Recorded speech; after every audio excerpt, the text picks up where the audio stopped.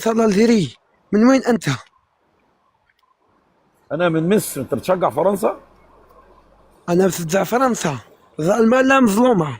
ليه ليه ما أنا من بتشجعش الجزائر، المغرب؟ ما بشجعش المغرب. وأنت واش دخلك فيا تكون مشجع؟ لا أنت اللي راك تشجع ولا أنا؟ هو انت عربي ولا مسلم أنا من عربي؟ الجزائر، أنا من الجزائر ونشجع فرنسا. عندي خالتي تسكن في فرنسا. ماشي. وعندك يعني المغاربه دول مش مسلمين وعرب زيك، والحاجه كويسه ليهم كويسه ليك.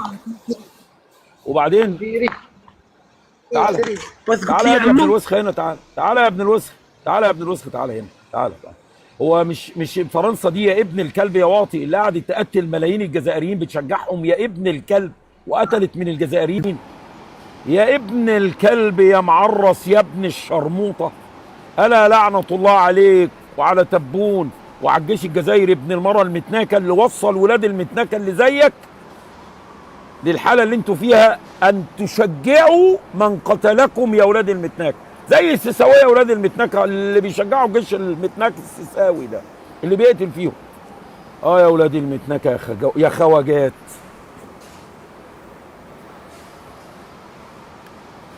اه يا ولاد الوسخه. اه يا ولاد الكلب يا اوساخ. الا لعنه الله عليكم، الا لعنه الله عليكم يا ولاد الكلب. يلا عن ابو امك. قلت لك ولا بيشجع فرنسا جزائري فشخته هادي عزيز. السلام عليكم. والله انت عندك نخوه عنه بس. عليكم السلام. والله انت الله عندك يعزك. نخوه عنه بعد منتخب عرب وانت لازم ما نوقف تشجع فيها. فرنسا. دقيقة بس، راح ابن الوسخه 1 2 3 فيفا فرنسا فيفا الارجيري ابن الشرموطه بيشجع فرنسا اللي قتلت ملايين الجزائريين واستعبدتهم، وما زالت جماجم الفرنسيين الجزائريين المقتولين من الجيش الفرنسي موجوده في متحف الجمائل في بهجت فرنسا. بهجت وابن المراه العاهره بهجت بيشجع فرنسا. ايوه بهجت. هو نعم. انت شو مزعلك نعم. يعني؟ شو مزعلك؟ إيه اللي مزعلك؟ زعلني الاشكال الوسخه بنت الوسخه دي. ليه شنو فيهم؟ واحد جزائري عامل مبسوط ان فرنسا كسبانه والله ما المغرب. يستحون والله يا اخي، عيب. العرب لازم يكونون واحد، ما يصير يا اخي، والله العظيم عيب. هو غلة ده، أدب ما انا والله. بقول لك فشخت امه قفل ابن لا الكلب. عيب والله، غلة أدب. يقول لك فرنسا ده. بقول له انت بتشجع فرنسا ليه؟ قال لي اصل انا خالتي عايشه في فرنسا عيب والفرنساوي والله. قتل جده وجد جده وطلع دين امه. هذه المصيبة، عرفت؟ يا ولاد الكلب يا وطن. العرب مغسول دماغهم. العرب أمانة. ولاد الوسخه مغسول دماغهم. على لعنه الله على ولاد بهجت. الشرموطه. مو عندي نخوة، مو عندي نخوة أنا. تعال. لا انت عمرك ما تعمل الحركه دي يا عزيز. الله انا بقول يعزك. انا ما زلت. عربي، هذا المغرب. انا عارف هذا انت المغرب. فيك سقطات وعاوز اعمل معاك يعني، بس انت مع انك مش عربي بس يعني لك نخوه. يعني العرب عندي علموك، قومية عشتك في عربية. جزيره العرب علموك النخوه صح. مع انك مش عربي. انت احول. انت تعرف يا انت احول. انت تعرف يا دي عزيز ان عارف انت في مصر، في مشايخ، في مساجد كده فيها قبور، الناس تروح تتمسح في القبور والمشايخ دول وكده. زين. انا ليا جدودي 2 ولا 3 على الاقل ليهم مقامات الناس بتروح تزورهم، لان يعني هم ليهم يتمسحون انساب عليهم. يعني. انا مش عاوز اقول يعني ان انا ما بحبش طيب الكلام ده. طيب والله ما سؤال بحبش بهجت. انا الكلام ده، كفر سعادك الله. الحين ده التبرك كفر. على القبور استغفر الله فايدته العظيم. ايه؟ فايدته ايه؟ كفر، هذا كفر، شرك بالله. بس ليش بعض الناس تسويه الى الان يعني؟ ما انا بقول انا ما اعرفش الناس في مصر احوالهم ايه، بس في كفر. مصر فيها حاجات كفريه كتير. وين؟ باي مكان، مو بالعاصمه صح؟ انت لابس تيشيرت يا التيشيرت ده بتاع مين يا عزيز؟ تعال قص امك هنا. تعال يا ابن الشرموطه. تعال يا مخلفات الحجيج يا ابن الكلب يا واطي. تعال اقعدك عليه يا ابن الوسخ. انا ما خدتش بالي والله عشان التليفون غامق. والله الحاج سردينه بعت لي. هلا بهجت تقول ايه؟ مش لابس فرنسا مين يا جدعان؟ ده لابس المغرب اهو. امال كان تيشيرت ايه يا منيوك اللي انت كنت لابسه دلوقتي؟ اسلوبك عدل. اول شيء رجال لابس المغرب، انت شيك مريض. ما انت كنت لابس تيشيرت بتاع فرنسا. لا لا تهيؤات هذه. تهيؤات. اسوي لك سحر بهجت. شوف هسوي لك سحر والله. والله اسوي لك سحر، اوريك وين وصلنا احنا بالخليج. شوف انتوا امريكا ما وصلتوا نفس ما وصلنا. شوف هوريك سحر. اوكي شوف. جاهز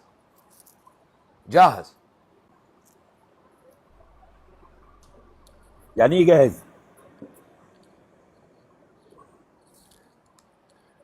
جاهز؟ شوف الاي اي هيلبسك بتاع فرنسا. شوف اصل AI. بتاع فرنسا صغير، زبرون صغير عليك، مش انت. يا اخي شوف يا اخي انت مو فاهم. ركز. اشوف ايه؟ مو فاهم ايه؟ مش فاهم. شوف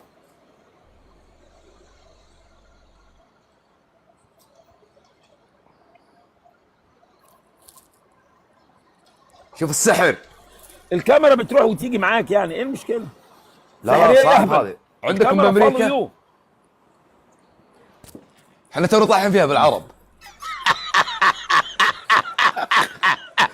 انت عارف الكاميرا اللي فالو بتاع اللي دي عندي من 13 سنه. والله العظيم انا اليوم عندي من عرفتها. 13 سنه. اليوم عرفتها انا. اقول لك بس جاهل، انا اقول لك ايه من 13 سنه. ما انت عايش مع الضب في الصحراء، هنعمل ايه يعني؟ بس كويس لا انك والله اتعلمت يعني. ستاند جديد هذا. قسم النظام يمشي معاك بالحركه. الكاميرا الفالو يو، ما شوف هو يا ده اسطى غلط على بهجت، اساس انا انت لو في البيت، يعني ابى اقول شيء تكتب للتاريخ. والله اقسم بالله ان اهل المغرب شجعان. والله العظيم يا جماعه الخير، والله العظيم انهم ابطال. انا يعني اقرا ايام الدوله الامويه كل ما صار على غزوات على دوله بني اميه كانوا في المرابطين والفاتحين وكوارث كانوا. يا ابني اللي فتح الاندلس اهل المغرب والجزائر اللي هم اهل المنطقه دي يعني. باجت احنا ما نبي المغرب العربي. شوف انا اشوف الاسبانيين تقريبا من اسبوع كانوا يتكلمون يقولون الفتوحات اتت من الجزيره العربيه مش من اهل المغرب، ولكن هم كانوا تحت امر الجزيره العربيه. يعني كانوا قوه. جزيره عربيه ايه؟ اقسم بالله كلمه قد الاسبانيين نفسهم يتكلمون يقولوا لا تاخذون لا تاخذون. عربيه ايه يا ابني؟ يا هبل يا ابن الهبل انت يا ابني. كان في الدوله العباسيه والدوله الامويه وخلاص كانوا في بغداد الكلام ده ودمشق. فين اللي جاب الجزيره؟ خلاص الجزيره بخروج الصحابه منها وترك مخلفات الحجيج امثالكم. انت واضح خلاص خلصت الجزيره خلى العروبه لك، انا مش عايزها. لا لا لا لا بس ما خلى العروبه لك. انا ايش فائدتني العروبه؟ بقول لك انا طول عمري بقول ان فرنسا ان شاء الله بكاس العالم. طول عمري بقول فاضي لك انت والعرب والعروبه. انا طول عمري بقول ان انت متناك وبتاخد فيها. يلا طول عمري بقول ان انت متناك وبتاخد فيها. عيب. طول عمري بقول ان انت متناك وبتاخد فيها.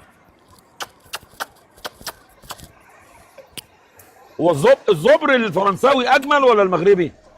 يا اخي والله قليل الادب. زين انت ما تتكلم باحترام يا اخي، ما يصير. اقعد معك كل يوم اربيك يعني من تصرف المغرب ورحت الزبر الجزائر بتضطر لحد ينيكك على طول يا معرس. تكلم، انا باليوم اصرف معك باحترام. تكلم باحترام يا اخي، خلينا نحكي باحترام. ما انا محترمك على الاخر وانا يا استاذ عزيز وانا عشان عاوز انيكك ده معناه ان انا ما بحترمكش؟ انا بحبك وانا اللي احب انيكه على طول. يا جماعه والله انه قليل الادب. والله ايش اسوي معه؟ والله قليل الادب، اقسم بالله انه قليل الادب يا فندم. والله قليل الادب. يا ابوك حب امك نكهه وبلانا بيك. اسمع يا ابوك لما حب امك نكهه فبلانا بيك. انا بحبك فلازم انيكك زي ابوك ما ناك امك. الداعم الاول عنده حاطط الارجنتين يا شعوب بنت مره متناكه. يعني الداعم الاول عند ابن المره الشرموطه طلع ابن مره متناكه كافر هو كمان. ما انا قلت انتوا ولاد متناكه. عبدة الطواغيت كفار يا عم سردينه، والله عبدة الطواغيت كفار ولاد متناكه شراميط. يا ولاد الشرموطه يا خواجات. يا ولاد الشرموطه يا خواجات. اسال بمناسبه النسوان، ليه معظم البنات اللي على تيك توك عندهم وشم بيعملوا تاتو؟ ليه؟ الله اعلم. اسال وسام، هو عارف مواضيع البنات. ايه والله بدك إيه اللي تجيب بيحصل بدك في تجيب اللي مصر؟ إيه كان اللي بدك بيحصل تجيب في اللي كانت مصر معنا وتسالها. وفي الدول العربيه؟ اسال وسام، هو عارف المواضيع بتاع البنات. عندها والحوار وشم ده. برضك؟ كيف؟ اساله اهو. كيف يا بهجت؟ عندها يعني وشم برضك؟ بعرفش والله، اللي كانت معنا بقول لك شكلها اساله، واشمي. عمر اساله، بيعرف، اساله بقول لك تاني. جار. طيب الموضوع. وهم البنات اللي على التيك توك بيعملوا تاتو على كساسهم وطيازهم وبزازهم لا وكده؟ لا لا لا يا بهجت، يخرب بيتك يا بهجت. شاب ام العيد. ليه؟ في ايه؟ انا غلطت في ايه؟ انا غلطت في ايه؟ انا غلطت؟ وانا قلت حاجه غلط؟ عمرك ما بتطلع لعيبه من بقك. انا بسال بستفسر. والله بقول بقول لهم لك يا البنات. محمد، أصل- محمد هو لسه فاتح أصل من دي شويه. ثقافة انا غريبة، ده دخلت حرام. عنده، لقيت ايه بقى القصيده. والله هخرج، اقسم بالله العظيم هخرج للابد بدون سب لا اله الا الله، لاجل الامه العربيه والاسلاميه. لا اله الا الله. شوف انا العب معاكم جولات، ولابس لي التيشيرت بتاع فرنسا، يا ولابس لي تيشيرت فرنسا. ايش في فرنسا؟ فيه يقول لك لاجل الامه العربيه والاسلاميه. لاجل الامه العربيه والاسلاميه عادي.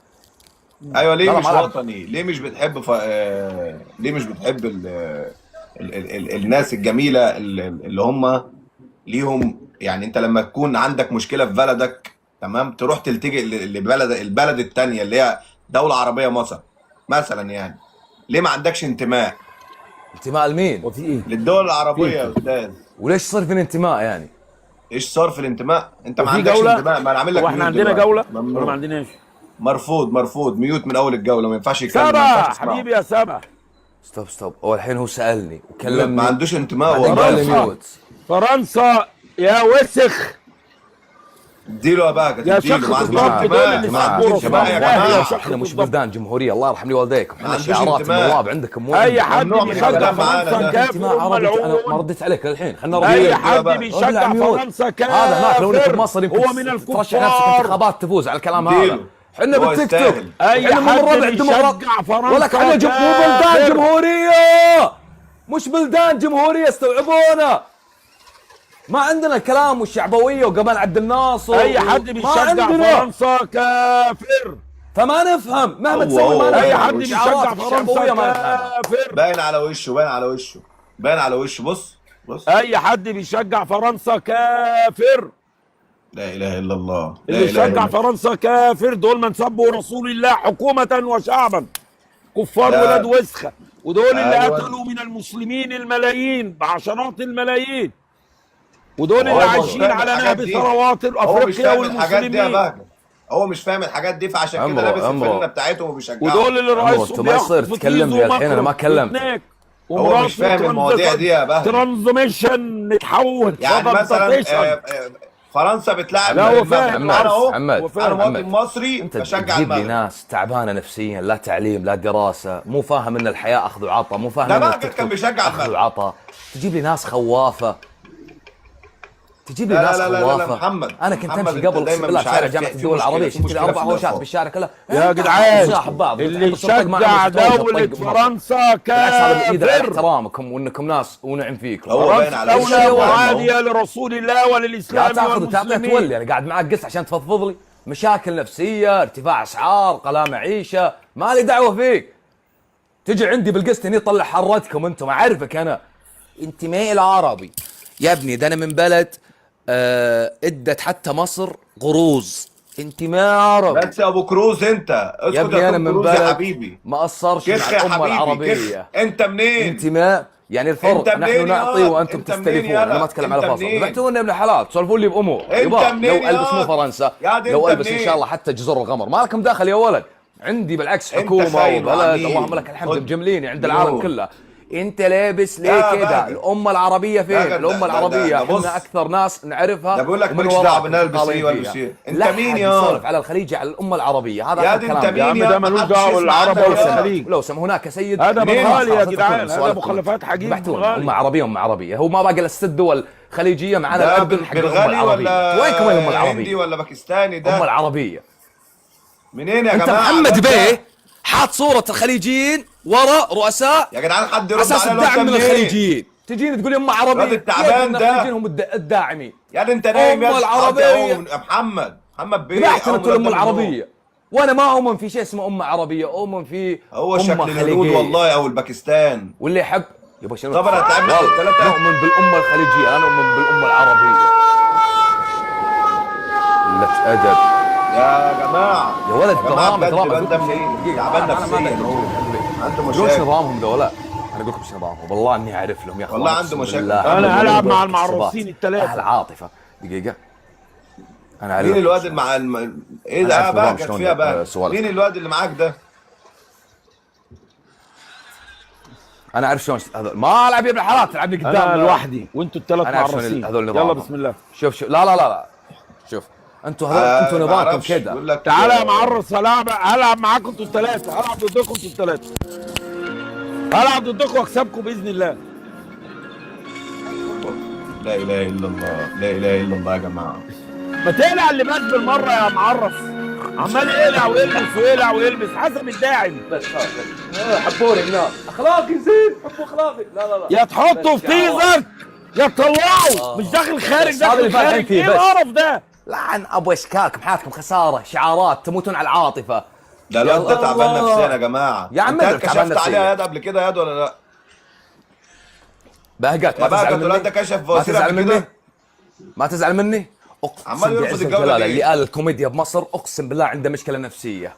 يا بقى والله والله انا مش معقول الحين، مع نعم، احترامنا بهجت. لعادل امام. خلاص يا ولد. طب يلا احنا يلا. يلا نعم. يلا لا لا ما العب بهقت. يلا يا عزيز روح نام يا عزيز. ما العب. عزيز روح نام يا حبيبي روح.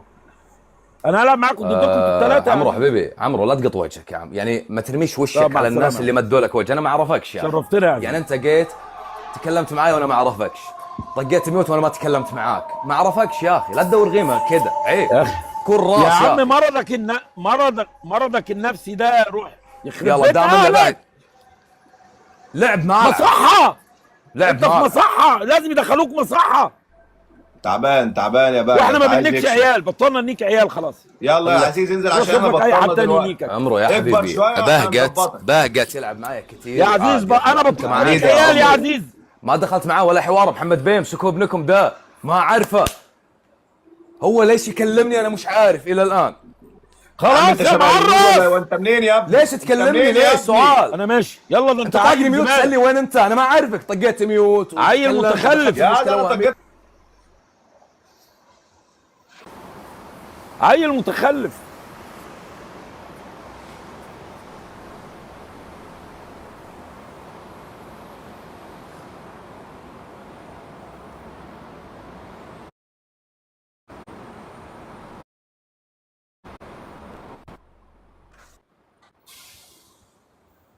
الواد ده بيتكلم كتير قوي يا بهجت. بيهري كتير معلش. قوي.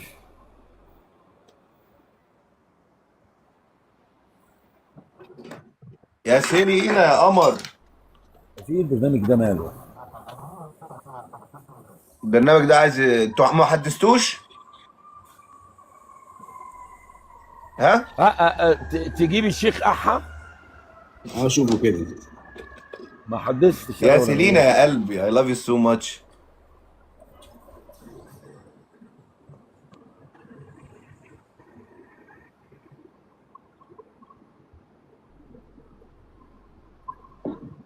بني ادمين دي يا جدعان. يا جدعان اشتراك في القلب يا جدعان، اشتراك في على القلب. العيال نوصل دي 1000 اقسم مشترك. بالله عديمه اشتراك في الوطنيه. القلب يا رجاله.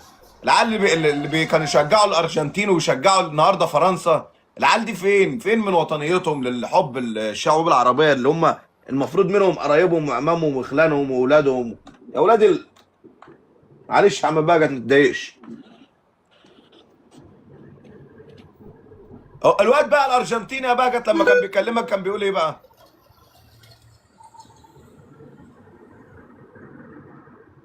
بنتكلم هم كسبوا بتاع، فانا بقول له انتوا كسبتوا الفيفا وانتوا يعني دفعتوا يعني. تعريس كسبوا تعريس. بيعمل لي بزبره يعني، فمسكته ثبت لي دين امه بقى. يستاهل اللي واخدين الدنيا كلها كده. يا شويه رعاع. اقسم بالله اقسم بالله ان في كميه تعريض في الفيفا.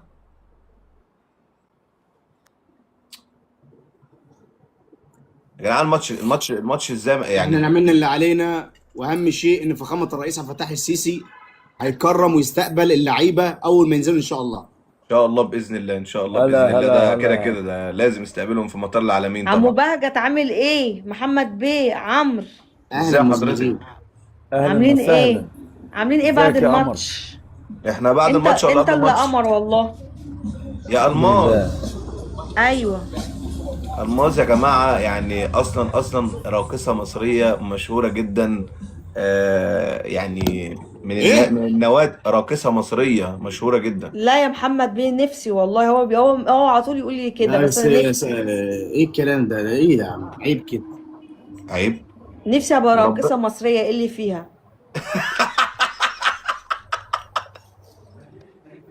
خش يا انكل بهجت، خش هجيبك.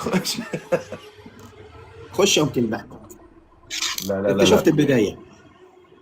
ايه اللي فيها يا جماعه؟ هو لازم الرقاصه يعني بداية ايه يا تبقى فندم؟ واحده مش في كويسه؟ ايه؟ ده فن، ده فن. صح يا عم بهجت؟ انت حضرتك رقاصه؟ لا طبعا. بس نفسي صح. والله، ده فن، يعني ثقافه. مثلا احنا ما شفنا، يعني انا اثق في شرف الرقاصه وما اثقش في خرمتيزك. رد يا استاذ يا محمد. لهوي يا لهوي يا لهوي. شفت الضحكه؟ شفت الضحكه يا بهجت؟ شفت الضحكه؟ هوبا كده شفت الضحكه اللي بترفرف القلب اهم حاجه بترفع بص الضحكه ترفع لما العلم بتطلع من العلم القلب. العلم. كان نفسي مع والله. ان التاعب كان يقف نفسي. على محمد بيه من غير ضحكه ولا حاجه. سبحان بجد؟ الله. بجد يا الماظ، اوعى ترد على الالفاظ. يعني اول ما بص النظره دي تعرفي ان محمد بيه تيزو حمراء. عايز اخد صح الجو، محمد عايز بيه؟ اخد ما الجو. انكر بقى. انا هسيبك يلا يا دقيقه رجالة. ايها الطور الهايج، هسيبك دقيقه ايها الطور الهايج، هسيبك دقيقه. هيروح في الحمام. ايه بقى؟ كنت مجرب اهو، مجرب. يا الماظ. هيروح يغسلها محمد بيه ويجي. داخل الحمام. يا الماظ، لا ما ينفعش راجل اللي رايح يعمل هيغسلها ويجي. الماظ يا حضرتك جماعه بترقصي يعني ايه بقى يا الماظ؟ فنانه أيوة. استعراضيه، رقاصه جميله جدا جدا جدا. هو كان ممكن يا نفسي استاذه الماظ بعد اذنك تعمل لنا يعني حركتين كده، يعني يثبتوا طولي. شفت يا حضرتك بقى. طولك قد ايه يا استاذه الماظ؟ 157. ايه ده؟ هي دي كده بس الرقاصه؟ انا مش طب ما عارف، كلنا- احنا عايزين نشوف كذا عرض يعني. هو هما في البرنامج بيقولوا ان انا رقاصه، بس انا مش رقاصه والله. انا نفسي والله اكون رقاصه. يعني انت مش رقاصه؟ لا بس كان نفسي والله، بس انا قصيره. لا وارد. طولك 157 وطولك قصيره؟ انت طول السيسي. انت اطول من السيسي، اطول انت من السيسي. السيسي طوله 100 حاجه و40. زبر على يعني انت فك- اطول من السيسي. على فكرة- طول قصيره. امال نقول على السيسي ايه؟ انا بحبه، خلي بالك، بحبه قوي. وانا بحبه وعاوز انيكو، انت حبيه زي ما انت عاوز، بس انا عاوز شوفي حب بقى قد ايه. اظن الحب اللي انا بحبه للسيسي محدش في مصر حبه الحب اللي انا حبيته له. عاوز احط زبر الشريف في خرم تيزو لا اله العفيف. الا الله، استغفر الله العظيم. ازيك يا عم بهجت؟ كلم يا محمد أهلاً بقى عشان في وسهلاً. مشاكل. ليه هتأحي ليه؟ عمرك ما شفتي ايوه نزل. ما احنا هنقضيها بقى. واحده بتقول لك كان نفسي اكون رقاصه. لا هنعمل ايه يعني؟ وبتحب السيسي. كام سنة يا أستاذة؟ ايوه مين؟ ما أقول عمري. ما تقولي أقول عمرك. عمري. ليش؟ شو يعني I can't tell you my age. أنت يا بنت يا مصرية، أنت عدل لسانك، فكك من السارة دي. يا يا مرحبا. عمرو أنا عايزة بس أقول لك حاجة. قولي. لما تيجي تتعامل مع واحدة زي فكر مليون مرة عشان تتكلم معاها بالأسلوب ده. وأقول لك على حاجة، يلا برا. بخ. زلي. طب يعني الست ما غلطتش فيك فلازم لا انت غلطان يا لا، عاصم. لا، غلطت لا، فيها. ده ما قولي الادب ينفعش. شرموط. وتهين الست، أنا بتقول لها يا أنا بت، هي ما يعني أنا ما غلطتش فيها، يعني هي أنا لو ما جت وقالت غلطتش لك فيها. تعالى عيل هنا، تعالى ابو شخه مثلا، ماشي، ما هو يمكن قول لها انا اسف مثلا، ما كنتش أنا ما البت غلطتش دي فيها. عاديه، ان انت صغيره جميله. يعني لما تقول لواحده أنا يا بت، غلطت فيها، أنا بقول لها أنت اسمك انا إيه؟ مراتي لما بقول لها يا بت دلع بتتخنق مني وعاوزه تضربني. انا مالك بنتي لو قلت لها يا بت هتضربني. يا عم أنا ما قلتلهاش يا بت، مالك أنا بقول بنتي لها أنت ومراتي عندك كام الاثنين، سنة؟ لو قلت لهم اي واحده منهم يا بت أنا ما يضربوني. قلتلهاش يا بت، أنا قلت لها أنت عندك كام سنة؟ يعني حتى ساعة لما اجي ادلع مراتي ساعة المزاج لو قلت لها يا بت برضه تروح بصلي كده. كلمة بت في ناس تاخدها اهانة. أنا ما قلتلهاش يا بت. يعني انا قلت محمد، لو قلت لها حضرتك لا قلت لها يا بت، يعني لا انا قلت والله ما قلت لحضرتك لها، يا بقول بت، لها عندك كام سنة؟ اهانة صح؟ يا عم محمد قاعد لا أهو. لا عندك كام سنة يا بت؟ لا والله زبري، هو انا يعني يا استاذ انا يا بسمع، محمد، أنا قلت لها كده. انا بسمع بودني مش بزبري. لا اله الا الله، انا بقول لك سامعك بتقول لها يا بت، اعتذر لها.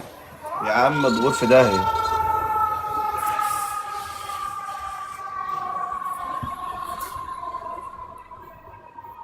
هات الشيخ احمد. مين اللي معاه؟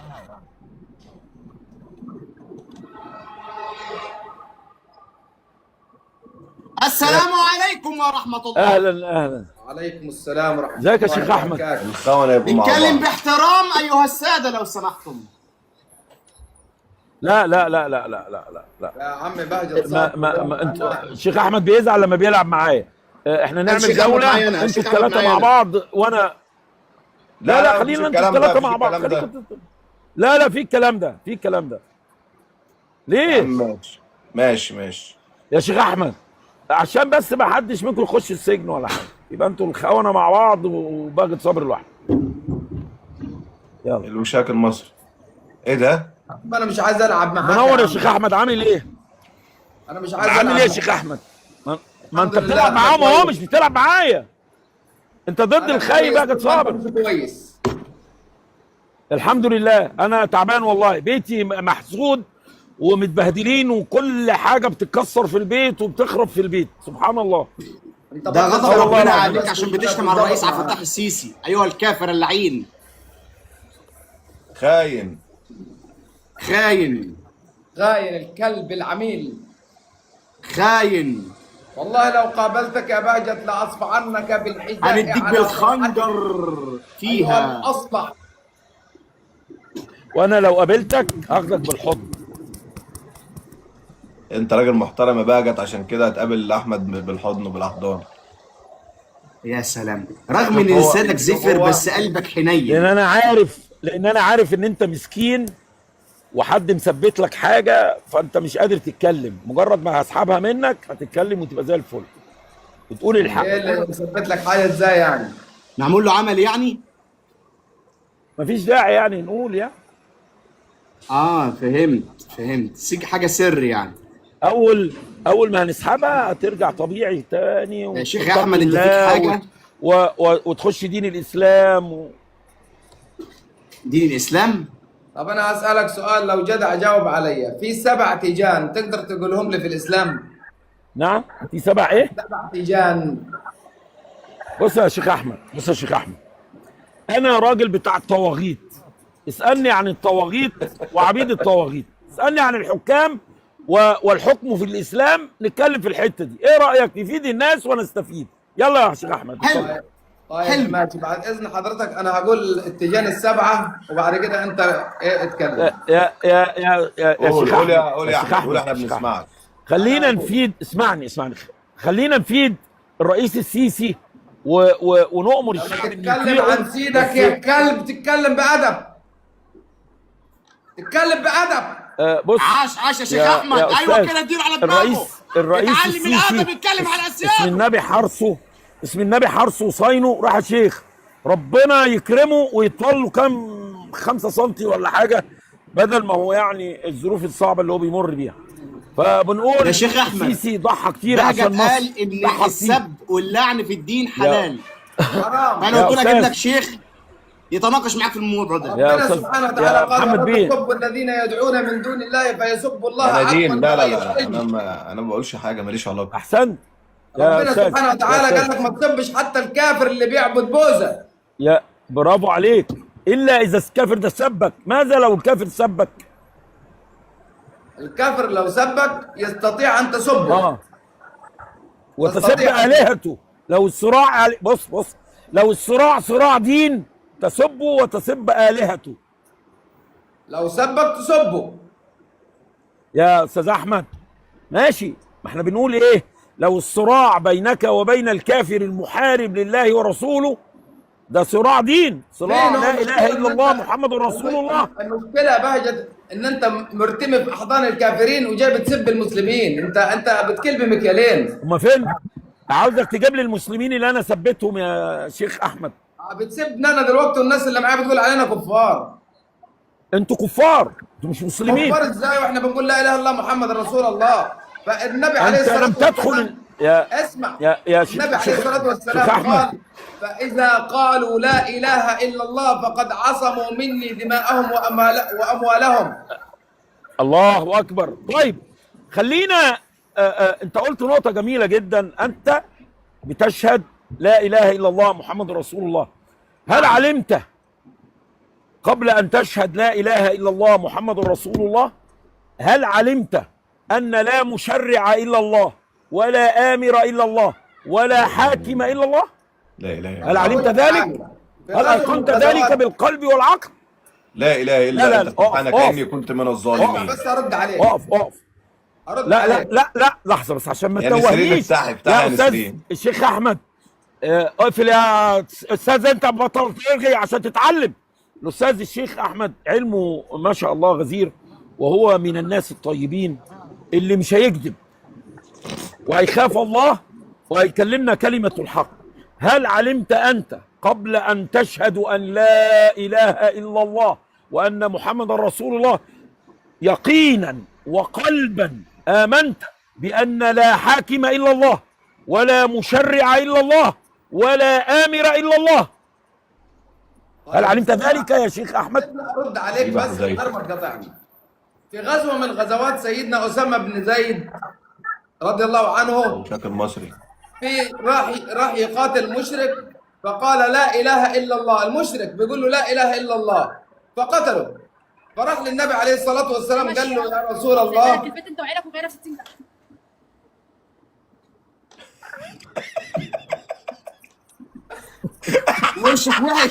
وشك وحش يا شيخ احمد. كل الشباب بيكسب. عمل في إيه يا ولية مالك؟ خانتك يا ايمن على الصبح كده مالها اتخانقت مع سايبه العيال الفيديو معاك في كده الأيام. وماشيه. من اعمالكم سلط عليكم. لا يا جدعان، تعالى يا نلعب شيخ جوله أحمد. بقى عاديه بقى، احنا مش ماشي. كده غلط. طيب لا مفيش اسمعني بس. بص يا شيخ أحمد، لما أنا قتله لسه ما كملتش، النبي صلى الله لسه ما كملتش. عليه وسلم. هل شققت عن قلبي؟ اسمع أكمل. يا عم انسحب يا محمد، انسحب يا شيخ. سيدنا يا عم اسامه رب. بن يا زيد عم قتل هذا انسحب. الرجل بعد ان قال لا اله الا الله بلسانه. فالنبي عليه الصلاه والسلام غضب منه وقال له انت كيف بترفض بك ليه؟ اذا جاءت لا اله الا الله تحاجك يوم القيامه. فسيدنا اسامه قال والله ما تمنيت الا اسلمت يومها، يعني عشان خاطر ربنا يغفر لي اللي عملته. فالرجل ده قال لا اله الا الله بلسانه، تمام، وكان بيحارب المسلمين. فالنبي عذره وقال له مقبوله منك. طيب يا استاذ بهجت. طيب. عبد الله عبد الله بن ابي سلول، اسمع بس، كان منافق والرسول عارف انه راس المنافقين وكان بيصلي معاه في المسجد، والرسول قال ناخذ الظاهر ونترك السرائر لله سبحانه وتعالى، والنبي طيب عارف. خلينا نقف هنا بقى يا شيخ احمد. ما شاء الله قلت القصه دي وهي قصه جميله ولك فيها نصيب ولك فيها سهم، لكنك لم تصب الهدف يا شيخ احمد. واحد، ان افعالك انت الذي تدعي انك من المسلمين وانك ولدت من المسلمين، كل قالت له اسيب لك البيت والعيال. ايه في ايه؟ يا محمد، طب تعالى معايا يا محمد. ماشي. مالكوا يا اولاد الكلب في ايه؟ انتوا بتتخانقوا مع بعض ليه؟ في ايه؟ خلص العركه بتاعتك وتعالى. لا ده انا كنت في احمد ملك؟ علي على الشيخ تطاردك في بيتك. يا ماما يا ملك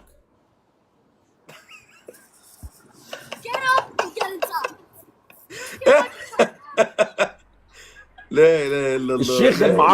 الشيخ المعرس مشي. الشيخ المعرس مشي دلس علينا وانصرف كالشيطان الرجيم.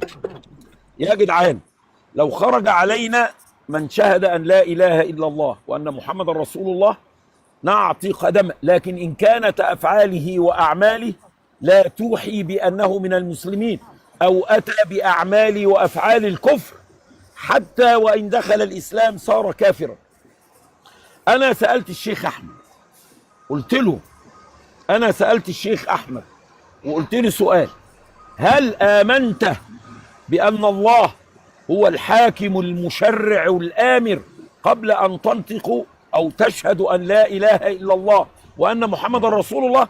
ما ردش عليا وجاب لي قصه سيدنا اسامه والكافر الذي قتله بعد ان نطق الشهاده.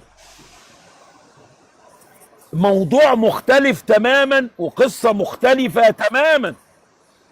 انا هنا سالته: هل علمت قبل ان تنطق الشهاده بان لا اله الا الله وان محمد رسول الله بان الله هو الحاكم المشرع الامر؟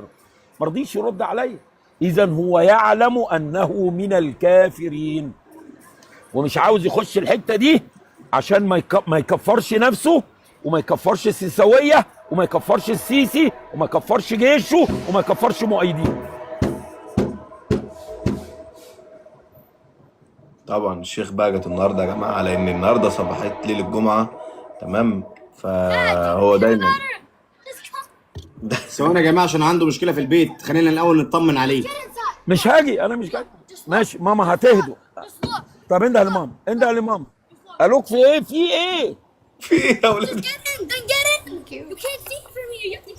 ايه اللي حصل؟ خلاص هم هديوا، هم هديوا خلاص. ماشي ماما خلاص، ماما قلعت العبايه خلاص. هديوا هم هديوا. او الفيكس اتحط. اماد يا انت عارف الواد ده بيقول لي ابن الكلب، بيقول لي قال يو ريل مان تو فيكس ذات بروبلم اور نوت. شتمك؟ قال لك ايه يا باجت؟ ده قال له لا عيب. بيقول لي عيب. بيقول لك ايه؟ قال لفظ وحش قوي. بيقول لي ايه هو اللي قاله يا استاذ؟ لفظ سيء مش ممكن واحد يقول لبابا كده. إيه؟ بصراحه ما عرفتش تربي. ليه يا اختي؟ بامانه. ليه يا كس امك ما عرفتش تربي يا متناك؟ لا عيب. ليه يا متناكه ما عرفتش اربي يا كس امك؟ ما تقولي اللفظ يا بنت المتناك. ما عرفتش ما تقولي اللفظ يا كس امك. انت اصلا مش متربي يا متناكه يا شرموطه بقدرش يا عاهره يا بنت المتناكه. دخلت مدارس يا معرصه يا وسخه. دخلت مدارس حكوميه. فو عليك وعلى اللي رباك يا متناكه.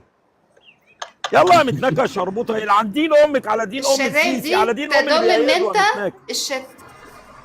بأيده طبعا. زبري في قصتك يا متناكه وفي طز السيسي. ما احبش تدل ان زبري في قصتك وفي في الدنيا يا متناكه. يلا يا وسخه. انت طول عمرك يا بتشتم. عبده الطاغوت طول يا عمرك متناكه. بتشتم.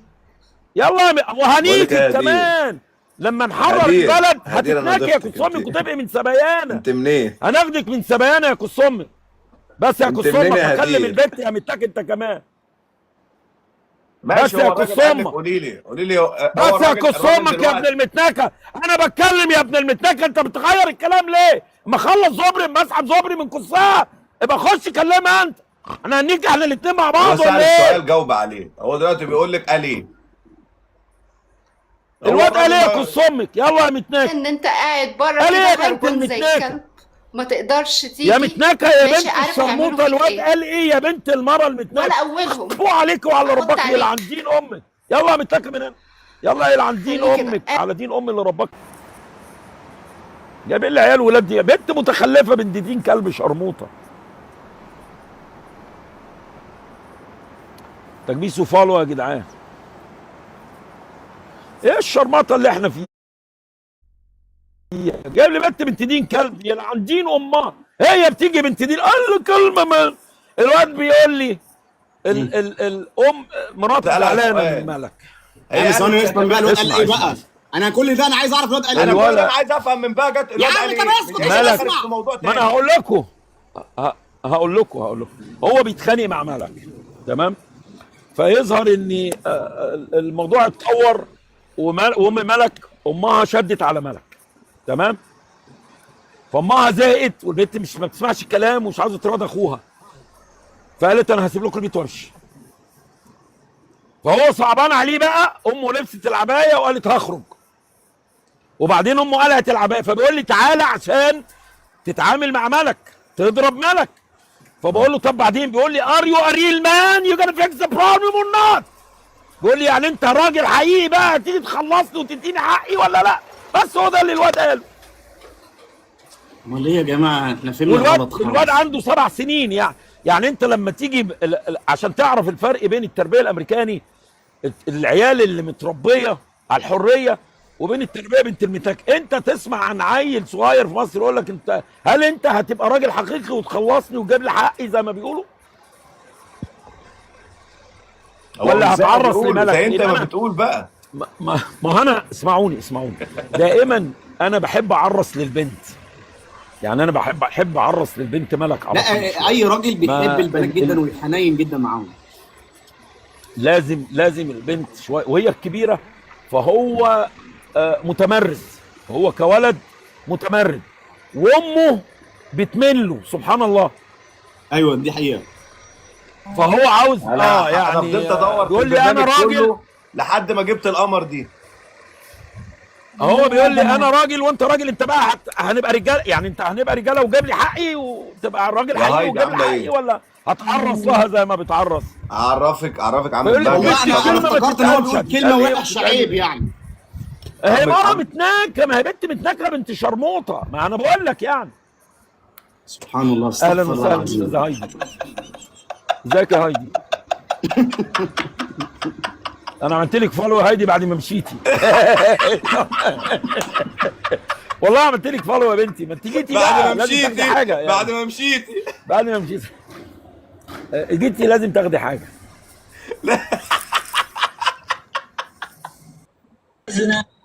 يا اخي الكلب هذا معاك لا ترسل لي الله. يا ابن المتناكة، قصم سلمان على قص امك على قصم ولي عهد، يا متناك يا ابن المعرف.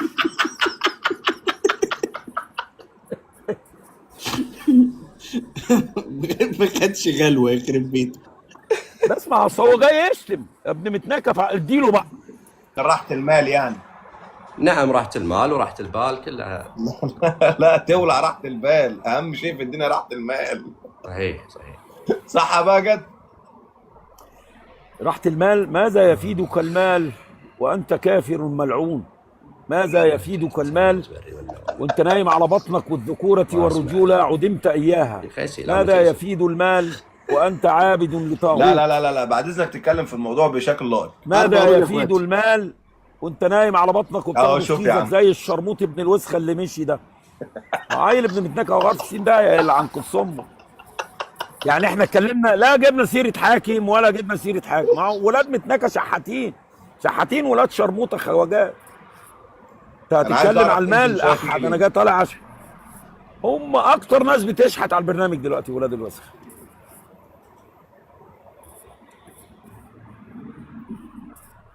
لا يا جماعه، ازيك؟ السلام عليكم، كيفكم؟ والله احنا بخير طول ما انت قاعده القعده دي وحاطه صباعك في بقك احنا بخير. ازيك يا قمر؟ سميرة. هلو. سميرة، ثانك يو. انت لا شوفي، هسألك أنت من وين؟ سؤال. انت الله اكبر يعني طالعه جميله كده لمين؟ طالعه بنوته عسوله كده لمين؟ لبابا اكتر ولا لماما؟ لا الماما. الله، ممكن تسلمي لي على مامتك؟ واخا دابا نهضر معاها ونسلم عليها، نقول يا عمرو ابو شغنون، ابو زيد. الله أيوة. يخليك زايد. هتدينا رقمها اكلمها اسلم عليها يعني؟ واعطيني كمان، ادينا رقم مامتك اذا موجوده. ماشي يلا، انت ادينا رقم تمام، مامتك خلاص. وانا اديك رقم مامتي عادي.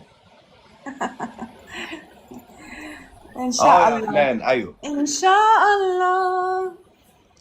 خسرنا والله، خسرنا. انت مغربيه؟ ايوه انا مغربيه. كام خسرتوا كام؟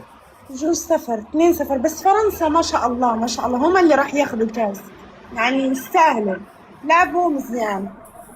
بس يعني هم يطيروا مع انا ما الطيور. بفهمش في الكوره، انما مستر بهجت بيفهم في الكوره. ما بتتفرج في الكوره؟ انا ما بنتي بفهمش بتتفرج قوي في في الكوره يعني. ليش ما بتتفرج في الكوره؟ انا انكل بهجت هو اللي بيفهم في الكوره يعني كويس، انما والله انا لا. شوف احسن شيء سويتي، لان الكوره تعصب والله. والله. والله تعصب. اوف انتي. احنا ممكن نسالك سؤال، لما كانت مصر بتلعب مع الارجنتين انت كنت بتشجعي مين؟ اكيد بشجع مصر، نحن عرب مع بعضنا وانا بحب مصر والله. اصيله مزمزه. اصيله يا بنتي اصيله، واحنا والله كنا عايزين النهارده المنتخب المغربي يكسب. والله العظيم عندي كثير اصدقاء مصريين والله عزيزين عليا وانا احب مصر. هو انكل باجت التعليقات عندك بتقول ايه؟ ورد ورد ورد ورد. اشتم عمرو ليه مش عارف؟ ورد عندي ايه وعند السبب؟ بهجة. ليه يا عمرو انت الناس عاوز تشتمك ليه؟ مش عارف والله يعني. انا بتكلم يعني، انا كلمتك يعني في حاجه مش كويسه يا بهجت. ايه يا عشان مالك؟ التعليقات عندك تكون كده هيتضرب دلوقتي. امي كانت هتموتك عشان الشوكولاته والله انا وقعتيها على عمري الارض طبعا وبهدلت الدنيا. ما بغيتوش كملوا الدبل. ورد طب وقال لك جايز. اسيب البيت عشان الشوكولاته وقعت على الارض. ما تنقلوني الشوكولاته وتغور الشوكولاته بتاع الدنيا كلها، ما انتوا بترموا في الزباله الشوكولاتات بالهبل، اشمعنى دي يعني؟ انت ضربت احمد ولا حاجه؟ قابيلي. طب ليه يعني ايه اللي حصل؟ الشوكولاته وقعت، كنت انا بعمل كيكايه، اوكي الشوكولاته كنت بحطها راح. طب هو طبعا هي وقعت في الارض رميتها في الزباله عندك ولا؟ لو وصلنا 200 تكبيسه تمام. مالت شوكولات. وقعت. طب ايه المشكله؟ عند التنزف وخلاص ما في زباله وخلاص. طب ما خلوها انا اكلها انا ما اكلهاش. الكومنتات اللي عندك يعني ليش نحن ما بنفرحش؟ مالت شوكولات يعني الحاجه الوحيده اللي بتفرحنا هي اللي الكوره. عندك اللي هي يا بنت فرارة روشيه، اللي هي اللي اسمها ايه دي؟ اللي في البطرمان دي اسمها ايه؟ نوتيلا؟ مالتك كانت سايحه. كانت سايحه طبخه. كانت موتني وكانت رمت امك مجنونه اي حاجه، ما انت عارف امك في موضوع النظافه ده عندها بتركب الجنان. تفرجتوا معكش ولا جايز؟ تفرجتوا؟ كانت اتكسر الايباد بتاعي. ايه؟ خد اللي بدر وزعت ما كسرته؟ كانت قربت تكسره. ما كسرش شكلك حلو يا قمر. اصل ما عنديش فلوس ايه؟ اجيب ايباد. يلا مع السلامه. انا ما عنديش فلوس انا اجيب عملت حاجه لك فولو يا انا الامور. كنت بيتنا احنا بيتنا كله خرب بقالنا اسبوع، كل انا حاجه عملت بتخرب لك فولو، هنشوف الموضوع ده بعيد عن انا بعض. كمان والله بسوي لك فولو. استنى بس. اهلا وسهلا. كل ده عشان الشوكولاته. انا قلت الدنيا خربت في امريكا. استنى المغرب اليوم ما لعبت. لا لعبت بس فرنسا قوية. منتخب قوي يستاهلون يلعبون ما شاء الله. عندهم لاعبين ما شاء كلهم. انا ما فهمش حاجه في الكوره، لا انا ولا محمد بسم الله عليه. انكل باجت هو اللي بيفهم في الكوره. لا انا اتكلم مع التعاليق فهمتي؟ انا بحسب اسالي انكل باجت. فرنسا دولة كافرة بنت وسخة بتعادي الله ورسوله. اي والله. اللي يشجعها يبقى كافر زيها، واللي يشجع فرنسا اي والله انا ما يبقى كافر. بحبهم والله. قتلوا من العرب والمسلمين الملايين ولاد الوسخة، وعايشين على دماء الافريقيين عرب ومسلمين. حتى لو تعليق حلو هنا باجت بيقول احسن لاعب في المغرب هو باجت صابر. فدولة فرنسا دولة كافرة بنت دين كلب، لا نتعامل معها ولا نشجعها لله رب العالمين. الله يلقيها لهم يا رب في هذا النهار. الدولة التي أساءت لرسول الإنسانية محمد صلي الله عليه وسلم. واحد يقول لي أشجعها، قص أمك على قص أم فرنسا. أيوه برافو عليك. صح يا الأمورة والله. والله صح والله كلامه كله صح والله. انت اصلا مع السلامه. انا تشرفت بيكم. مع السلامه. وانا عملت لك فولو اقابلك، بس يكون العيال دول مش موجودين ناخد راحتنا بقى. يلا مع السلامه، اشوفكم على خير. سلام. مع السلامه. باي باي. باي باي باي باي باي.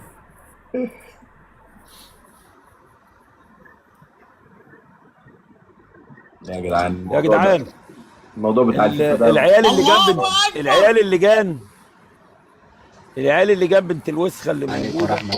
عليكم السلام ورحمه الله وبركاته. تعريس طقم التعريس كله كمل كده. لا انا مع الابطال. لا لا لا لا لا لا لا لا لا لا انا مع الابطال. طب بصوا انتوا الثلاثه عليا. لا لا احنا الثلاثه عليك ليه؟ انا ما بلعبش مع خونه. انا ما بلعبش مع خونه يا بهجت باحترام لو سمحت. انتوا خونه وكفار، العب معاكم ليه؟ انا مالي انا؟ انتوا انتوا جيش الكفار. معلش وأنا عشان راجل مسكين من عشان المسلمين برضه عشان تترزق. ماشي. لا لا لا لا لا لا لا لا، انا رزقي بيكون من عند الله مش من عند الكفار اللي زيكم. كلها حرام ومنظمات وامريكا. لا لا لا لا، انا العب لوحدي ضد جماعه الكفار. الفلوس كلها من الاخوان والجماعات. ماشي. الفلوس كلها حرام. مش مشكله، مش مشكله. تقول لي رزق عند الله. كفار، العب معاكم ليه؟ اسلم انت ملحد. احنا عارفين ان انت ملحد. تضغطوا على الشاشه يا عم.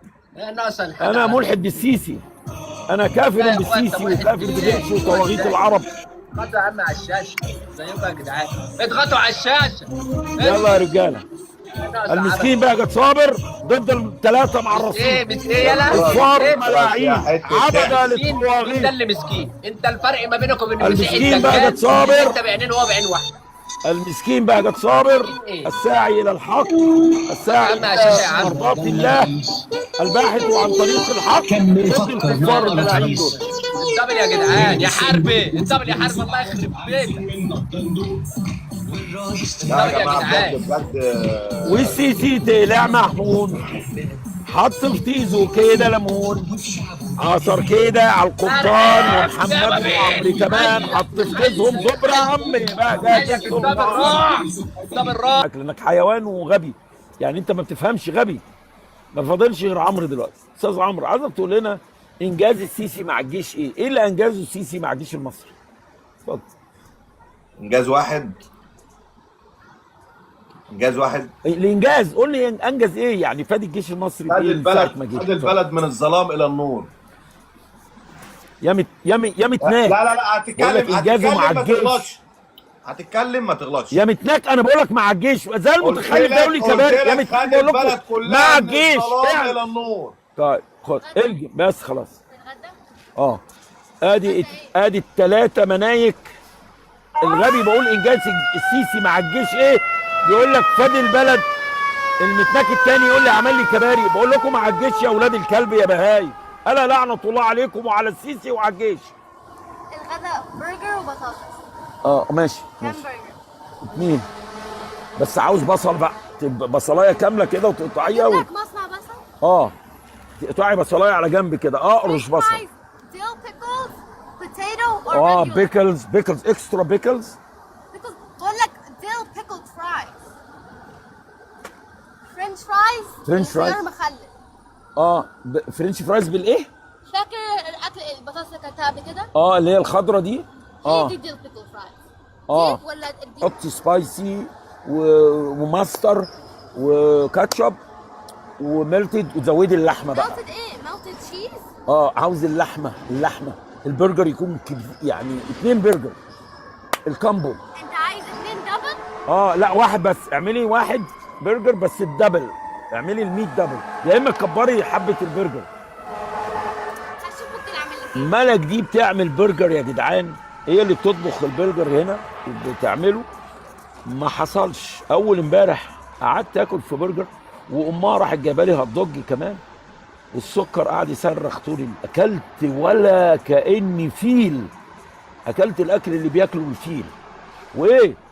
ورحت ماسك طبق فرنش، طبق بطاطس نوعين، بطاطس خضراء كده معموله بحاجه محطوط عليها صوص اخضر كده، ما اعرفش البنت بتقول لي نوعها ايه كده، البيكلز ومش عارف والبطاطس العاديه، وقعدت اكل. يا نهار اسود يا جدعان، يا نهار اسود. يمكن انا وزني زاد له بتاع يجي 2 باوند في الطاقه دي. بقالي فتره كده، عارفين انتوا احيانا تقعد تجوع وفتره كده بتحس ان انت جعان. انا باكل تقريبا وجبه واحده في اليوم. ممكن اكل مثلا بتاع صغننه كده بتاع الدسيس الدوره ولا حاجه. لكن لما بطلع اعمل بس ويكون معايا عيال منايك زي العيال ال3 اللي موجودين دولت وانفعل واخد مدخلات وانفعل، سكري بينزل، فبجعان جدا وباكل باكل بشراسه. يعني انا سايبهم يعووا كالكلاب. اغبياء. تقول له الحقير اللي فيهم، اي حقير فيهم تقول له قول لنا السيسي فاد جيش مصر بايه؟ يقول لك عمل كباري. يعني زبري يعني. تقول له الحقير الثاني اللي فوق، تقول له طب السيسي خلاص ما فاضلش غيرك انت بقى قول لنا، يقول امن وامان. بقول لك السيسي عمل ايه للجيش؟ يعني فاد جيش مصر بايه؟ هم سامعين شويه الحيوانات دي، هفتح عليهم المايك هتسمعوا شويه بهايم او كلاب واخده في طيزها، كلاب نتي بتتدور في موسم التزاوج، او عامله زي الجاموسه الطالبه اللي في زريبه عمالين ولا هتفهم منهم حاجه البهايم دي. انا هفتح عليكم يا شويه جزم قديمه المايك، بس كلب فيكم وجزمه جزمه وجاموسه جاموسه. اختاروا جاموسه منكم تتكلم الاول، اتفقوا انتوا مع بعض دلوقتي واختاروا الجاموسه، والجاموسه اللي هتتكلم ترفع ايديها. يلا شوف الجاموسه فيكم مين اللي هيرد عليا ويناقشني وتتفقوا عليه يتكلم الاول، ومين رقم 2 ومين رقم، يرفع 1 يرفع 2 يرفع 3. يلا اتفضل. مين الجاموسه اللي هحاول معاها الاول؟ ترفع صباعك كده بعد الاتفاق. مين الجاموسه؟ يعني مفيش حد فيكم بيحب السيسي ولا بيحب مصر؟ مين البهيمه اللي هيتناقش معايا؟ خلاص؟ يبقى ما حدش يقول مصر بقى. انيك السيسي ما حدش يرد. انيك الجيش ما حدش يرد. اطلع زبري ليكوا واطلع زبري للسيسي، ما حدش انا اديتك فرصه اهو. ارفع بصباعك كده. الجاموسه اللي هيحاورني يرفع صباعه. انت ماشي القبطان. باحترام، من غير الفاظ، من غير مسبات. تمام؟ ماشي. انتوا معمول لكم ميوت انتوا الاثنين. اتفضل. الدليل وطنها ورجالتها وناسها. سيبك من اللي في دماغك يا بهجت واللي انت عايز يوصل لك. يا استاذ الدليل لو سمحت. خش يا حبيبي على النت اقرا يا بابا، اقرا يا بابا على النت. الدليل. شوف المواقع الرسميه يا حبيبي. عندك تليفون. طيب لو اثبتت لك دلوقتي ان انت راجل كذاب ومعرص هتعتذر؟ لا احنا قلنا بادب، اداب الحوار يا سيد بهجت لو سمحت. بقول لك لو اثبتت ان انت كذاب والكلام اللي انت بتقوله ده تعريص. طيب اثبت لك يعني؟ لا اثبت مواطن مصري، وفي نظري مصر اقوى دوله في العالم، ودي حقيقه. لا يا استاذ انا ما قلتلكش نظرك وخرمتيزك والكلام اللي ملوش اي لازمه ده. لا ده مش اسلوب حوار. انا لا اقبل لا تدلس يا بهجت، لا تسب، انت قلت لا تدلس يا ابو ورده. انت قلت احترم نفسك يا سيد بهجت. انت قلت في جمهور بيتفرج وفي ناس عاقله بتتفرج. لا تدلس باحترام. يا استاذ انت قلت ان الجيش المصري الاول عالميا وعربيا، صح؟ عربيا طبعا يا استاذ طبعا. لا قلت عالميا وعالميا. يا حبيبي احنا اقوى جيش عالميا. بس خلاص. طيب وانت هل الجيش اتحسن ترتيبه وتصنيفه بالنسبه لدول العالم في عهد السيسي عن قبل ما يجي دول العالم؟ انا لاقي في بلدي، انا مالي ومال دول العالم يا استاذ. انا راجل مصري، انا مصري يا حبيبي واتحدث العربيه. يا استاذ اتفضل. هو قصم جيشك ده لما هيحارب المصريين ولا هيحارب الدول؟ اهو انت خلاص. يلا متناك يلا انت عيل غبي شرموط. بص يا استاذ خليك معرص، خليها تاكلك كده. بصوا يا جدعان، سالنا المتخلف الجاهل العبيط ابو شخه ابو زبر في طيزه ترتيب مصر جيش مصر عالميا. قال السيسي خلاه الترتيب الاول عالميا وعربيا. قلت له طب خلاص هات لي الاثبات. قال لي اثبت انت. قلت له طب لو انا جبت لك اثبات خلاف الكلام اللي انت بتقوله تبقى معرص وشرموط وكذاب، تبقى معرص وكذاب. قال لي لا قلت له لا، ما انت كده تبقى بمدلس، تبقى معرص ومدلس. انا اسف. قلت له تبقى معرص ومدلس. فبيقول لي لا قلت له احنا بنجيب الترتيب العالمي. هو الجيش ابن المتناكه ده المفروض لما يحارب هو هيحارب الاخوان ولا هيحارب دوله غريبه؟ هيحارب بهجت صابر ولا هيحارب المصريين ولا هيحارب عدو خارجي دوله؟ فبما انه شرموط ومتبعبص وبياخد في طيزه زي السيسي وزي كل ضباط الجيش ولاد المتناكه فبيعرصوا. انا بقول لحضراتكم هجيب لك الاثبات. قلت له الجيش اداؤه اتطور وتحسن وامكانياته اتطورت واتحسنت في عهد السيسي عن قبل ما يجي. قال لي السيسي خلى الجيش. لو انا جبت له خلاف الكلام ده واثبتت لحضراتكم ان الجيش ابن المتناكه ترتيبه تخلف عسكريا حاليا عن قبل ما يجي السيسي، يبقى انا من حقي اطلع واحشر زبري في الثلاثه المتخلفين دول، واولهم المعرس المتناكل القبطان ده اللي ما اكتفاش ان عيال قطر الصغيرين كانوا بينكوه، لا بينزل مصر يلم العيال اللي تحت الكباري عشان ينكوه. لم يكتفي بذلك، ما اكتفاش بالزبر القطري والزبر الروسي، لا رايح للمصريين كمان يعلم العيال الصغيره اللي تحت الكباري ينكوه. ده ما بيشتغلش عشان يجيب فلوس على التيك توك علشان يعيش يعني، لا ده بيجيب فلوس عشان يدفع للعيال اللي بينكوه، يجيب لهم اكل ويجيب لهم مخدرات ويجيب لهم كده.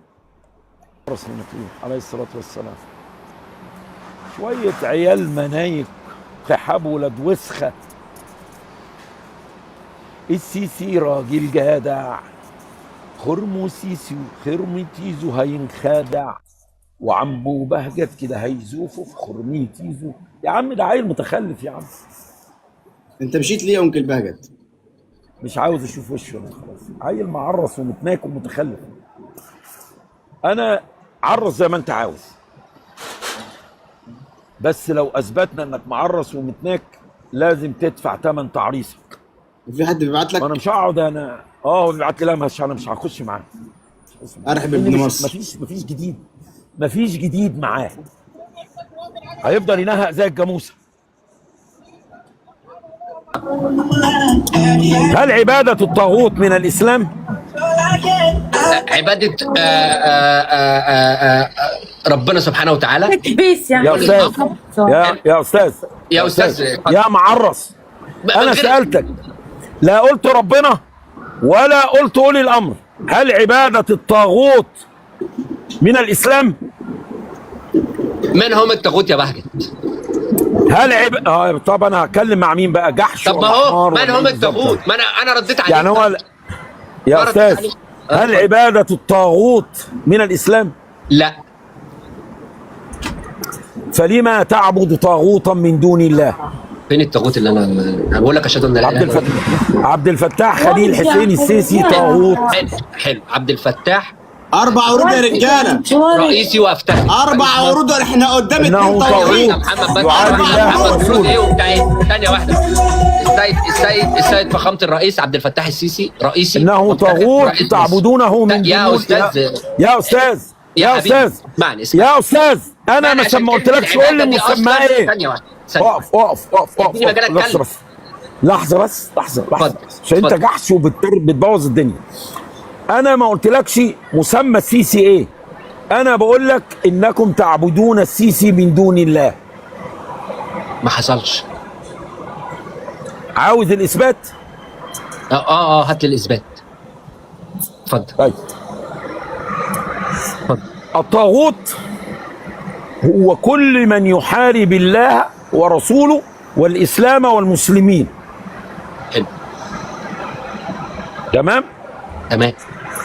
لو اثبتت لك ان السيسي لا يطيع الله ولا رسوله بل يحارب الاسلام والمسلمين، طب ازاي وهو بيصلي؟ انا شفت السيد الرئيس بيصلي، ازاي وهو بيصلي؟ ما هو ده يا استاذ مش انت بتصلي؟ طبعا انت كافر. دي جرايه ملحد. انت كفرنا يا ملحد. هو اللي بيصلي بقى كافر يا ملحد؟ حلو بقى، ده دين جديد ده ولا ايه يا بهجت؟ يا استاذ بس تعالى هنا بقى. انت تصلي لكنك لم تؤمن بالله بعد. يعني بصلي لك انت يعني يا بهجت؟ ما انا بصلي لله يا استاذ، لانك لا تؤتمر باوامر الله ورسوله، انما تؤتمر باوامر الطاغوت السيسي. ما فيش اثبات ولا ادله على الكلام ده، ما حصلش. حلو قوي. انت بتسمع كلام السيسي ولا لا؟ طبعا اسمع، طبعا لازم اسمع كلام السيد الرئيس. وماذا لو كان كلام السيسي مخالفا لله ورسوله؟ لا هو غير مخالف، انا قلت لك انا كمواطن اهوت. يا معرس انا بقول لك ماذا لو اثبتت لك انه مخالف لله ورسوله، وانه محارب لله ورسوله، وانه كافر بامر الله ورسوله. اثبت لي. برافو عليك. حلو. عاوز اثبت لك بالافعال بالاقوال ولا بالاعمال؟ انت بتصلي يا بهجت؟ لا سيبك، لا اله الا الله، احنا بنثبت كفر السيسي الان مش بهجت. طب ما نخلص مع انت السيسي. ممكن تطلع كافر في الاخر وانا يا بتناقش سيدي معاك. ماشي وماله، بس احنا دلوقتي بنقول ادله. مسلم حضرتك، مسلم بتصلي يا معرس، يا معرس، ما تلفش وتدور في الكلام. بناخد دلوقتي السيسي نثبت الاول ونشوف هل السيسي من المسلمين ام من الكفار محاربين الله ورسوله. مسلمين الحمد لله، ورئيسنا مسلم والناس كلها عارفه والدنيا كلها شايفاه هو بيصلي. لا اله الا الله. يا معرس، لو اثبتت لك انه من الكفار هل ستكفر به الان على البث وتكفره؟ شفته معاك في الكنيسه قبل كده، هتثبت لي ده؟ لا اله الا يا استاذ رسول الله. لو اثبتت لك ان السيسي من الكفار المحاربين لله ورسوله هل ستكفر به وتسبه وتلعنه هنا على البث؟ تسب وتلعن اللي زيك الملحد الكافر هو اللي يعمل كده. يا احنا لا نسب، احنا لا نسب دين الله يا بهجة. يا استاذ، يا استاذ، لا نسب دين الله يا بهجة. انا هو السيسي دين ربنا؟ هو السيسي دين ربنا؟ لا يا حبيبي، السيسي فخامة الرئيس، رئيس مصر. يا استاذ اقف، رئيس مصر وتاج راس العالم. اقف يا جحش، اقف يا جحش. لو اثبتت لك تاني هقول طيب الجب ميوت. لو اثبتت لك امام الناس ان السيسي كافر ملحد محارب لله ورسوله ولدين الله وللاسلام والمسلمين، هل ستكفر بالسيسي وتكفره على البث؟ تعال فك الميوت. فكيت الميوت؟ هل هتكفر بالسيسي وتكفره على البث؟ بيقول لك فك الميوت، فك الميوت، بيقول لك فك الميوت. انا فكك له الميوت. هل هتكفر بالسيسي وتكفره على البث لو اثبت لك انه من الكفار؟ حلو. هل هتكفر به ام لا؟ ارد عليك، ماشي هرد عليك. يعني انت رسالتك انك توصلنا كلنا ان احنا نكفر بالسيسي، دي الرساله واضحه. لا يا استاذ، واضح يا استاذ. انت عندك رساله يا بهجت عايز توصل للمصريين ان احنا اوصل للعالم كله. انا انسان بفهم، ما انا فيها مخ وعقل. الجم ميوك بقى عشان انت متناك وشرموط. لو اثبتت لك وللناس اجمعين ان السيسي كافر محارب للاسلام والمسلمين محارب لله ورسوله، هل ستكفر بالسيسي ام لا؟ مالكش دعوه رسالتي انا ايه؟ انا بالاثبات والدليل ساثبت لك ان السيسي كافر ملعون. ماذا انت صانع ان اثبتت لك انه من الكفار المحاربون لدين الله ولرسول الله ولعباد الله المسلمين؟ يلا جاوبني بقى، رد فعلك هيكون ايه؟ اتفضل اثبت. هل ستكفر؟ اقف، لا اثبت. بص حبيبي، هل ستكفر عبد الفتاح خليل حسين السيسي على البث؟ اثبت حضرتك، اثبت لي. طيب لا يا استاذ اثبت. بص حبيبي، طيب اسالك سؤال، انا مغيب؟ لا ما تسالنيش. انا ما تسالنيش. طيب انا من منظورك الشخصي كبهجت ما تسالنيش. انا محتاج اجابتك قبل ما ابدا. طب ما ترد عليا. لو اثبتت لك ان السيسي كافر محارب لدين الله محارب لله ورسوله محارب للاسلام والمسلمين، ثانية واحدة بس. هل ستكفر السيسي على البث وتكفر به وتسبه امام الناس؟ بس ثانية واحدة بس. انت اصلا مين؟ انت مين عشان النقاش وقف؟ بس خلاص النقاش وقف بيني وبينك لانك اصلا ثقة، وازاي اسمع لك وازاي اتناقش معاك؟ انت مين وانت ايه اصلا عشان تكفر فخامة الرئيس؟ يبقى غرفة ده ازاي؟ لا يجوز ولا يصح الا الصحيح. هو مش اي حد كده اهبل جاب تليفون بكاميرا وطلع على النت ولا اي كلام نمشي وراه. انا هثبت للناس، انا هقول للناس كفر السيسي، عمال اقول لك اثبت، مفيش اثبات، ما عندكش اثبات، مش معاك دخلني في كلام يا شرموط، يا متناك، يا متبعبص، يا كافر، يا ملعون. قلت لك قدام الناس لو اثبتت لك بالدليل القاطع كفر السيسي وحربه على الله ودين الله ورسول الله وعباد الله المسلمين، هل ستكفر بالسيسي وتصبه على البث؟ حلو. نعم ام لا؟ حلو. ارد عليك. يا نجس، نعم يا فاسد، لا. يا داعش، يا داعم. بس خلاص، ادي ابن الشرموطه المعرس الكافر الملعون. انا هعمل لك انفولو يا صمك، لانك ابن مره متناكه شرموط. يلا يا ابن المتناكه من هنا. يلا يلعن دين امك كافر ملعون ابن دين كلب. يلا يا ابن المتنكه يا معرس. يلا يلعن دين امك. يلا يا ابن المرة المتنكه يا كافر يا ابن دين الكلب. ده انا قايل لدين امك يا ابن المتناكه ساثبت لك بالدليل القاطع كفر السيسي وحربه على الله ورسول الله ودين الاسلام وعباد الله المسلمين. تقول لي ده انت عيل ابن مره متناكه عمال تلف وتدور يا ابن دين الكلب يا معرس. لو كانوا من الكافرين وانت من الكفار يا ابن المره المتناكه وتعلم انك كافر ملعون يا قص امك. اللي عن قص امك ابن مره متناكه شرموط. ما تجيبوش تاني خلاص. لا تعمل له انفاله بقص امه.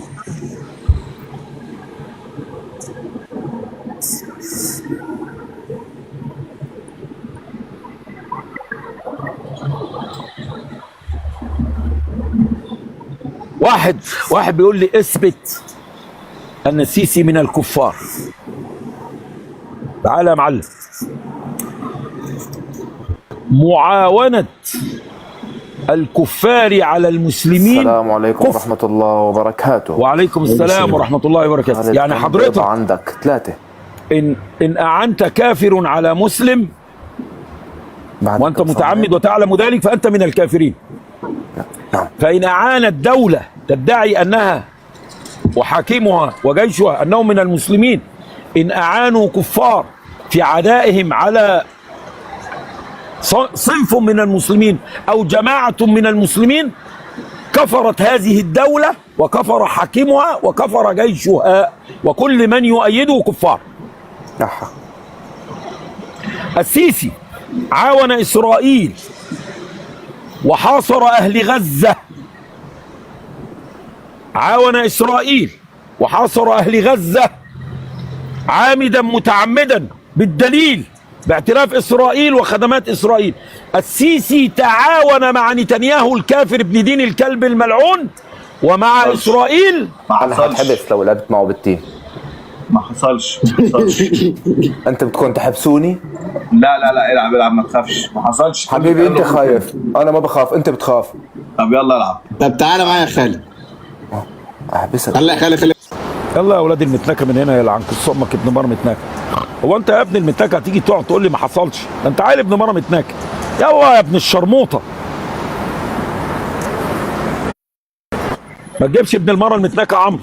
لو عنده حاجه يلا قص امك من هنا. يلا عن قص امك ابن متنكه. ما تجيبوش. هو احنا نقعد بقى زي المره زي البغبغان ما حصلش وعيل ابن مره متنكه ما تردوا على كلامي يا اولاد المتنكه. يا كفار يا اولاد المتنكه يا شراميط ما تردوا على كلامي. جرايه قص امك. ده انت متظبط الزبر في طيزك والشارع كله ناكك. ولما نقول معانا الاثباتات ان انت كنت بتتاك تقول ما حصلش. يلا يا ابن المتنكه ما في حد في الحاره الا وناكك ومسجل لك فيديوهات كمان وهو بينيكك. ما حصلش. يلا عن ميتين ابوك شراميط ولاد وسخه.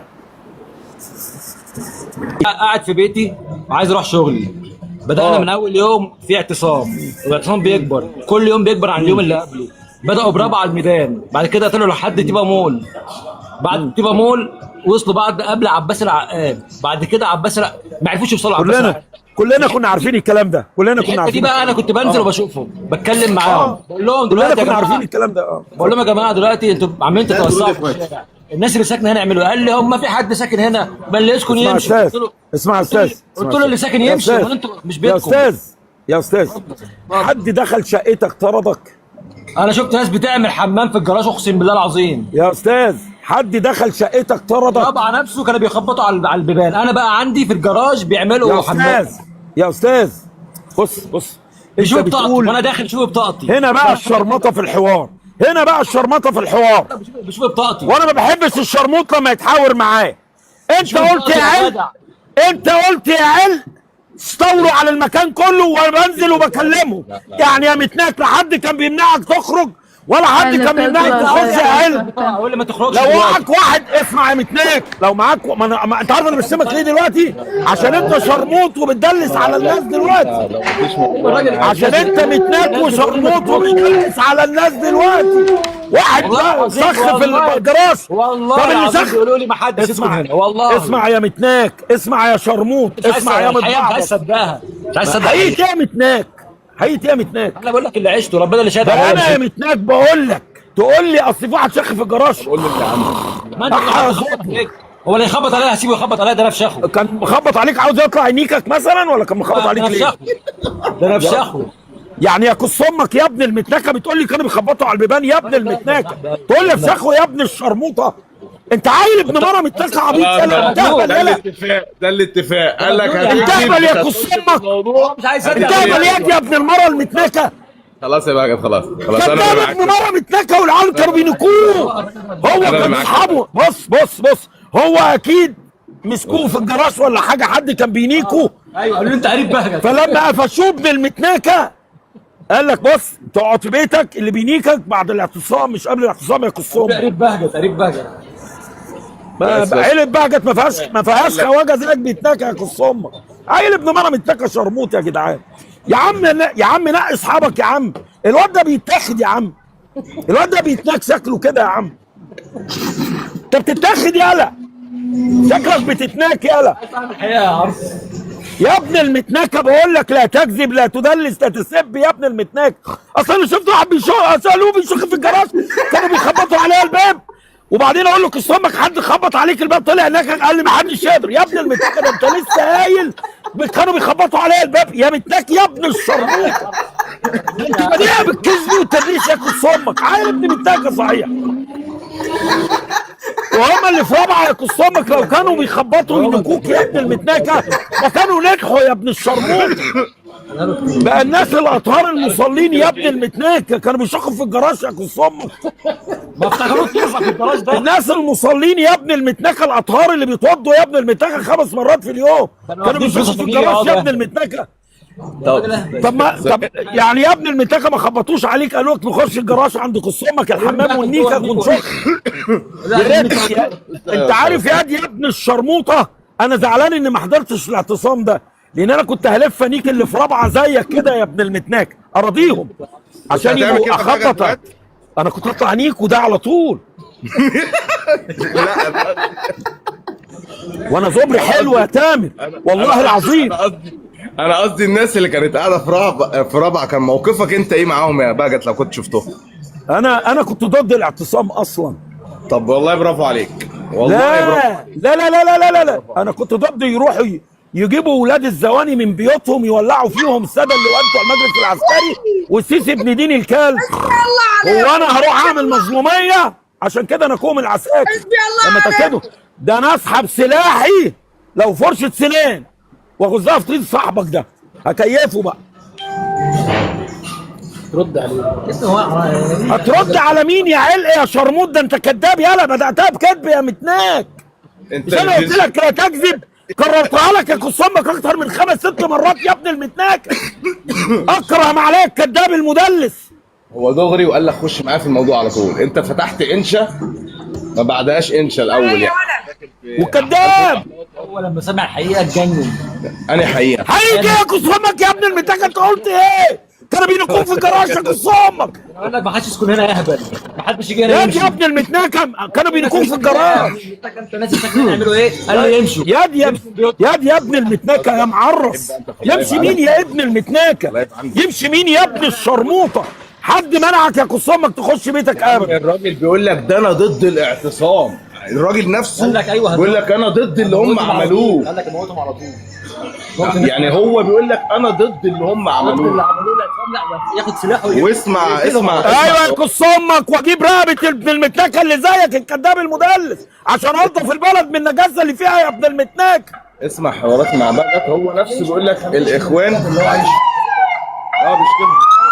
لا بيشتم هو الجوز جاله اهو. انت ما تقدرش تشتم يا بهجت امريكا قال واللي انت قاعد معاهم. يلعن دين ام امريكا على دين ام ترامب على دين ام جيش امريكا يا كص امك. احنا عايشين في دوله يا ابن المتناكه، مش عايشين في معسكر يا كص امك بتاخد يا ابن المتناكه يا معرف. ده السيسي يا ولاد دين الكلب هد بيوت الناس ما طلعش واحد ابن دين كلب زيك قال له طردت الناس في كورونا يا ابن دين الكلب وشربتهم في الشوارع يا ابن العاهره الداهره يا متناك رابعه يا ابن المتناكه يا متناك الاعتصامي يا ابن الوسخه. تلاقيهم كانوا بيطلعوا ينكوك بس فشخوك زياده عن اللزوم يا ابن الوسخه يا معرس. روق. بس هم فعلا ما اعتدوش على حد في البيوت يا باجت ها؟ يا عم ما اعتدوش يا عم، مش دول يا عم، ما اعتدوش على حد يا عم.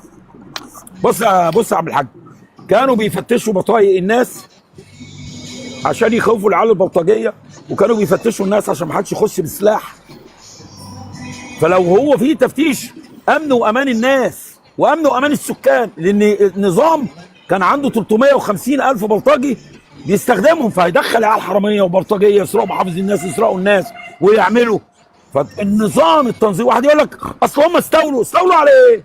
يلا يا ابن دين الكلب يلعن دين امك. يلا يلعن دين امك ابو بلدك.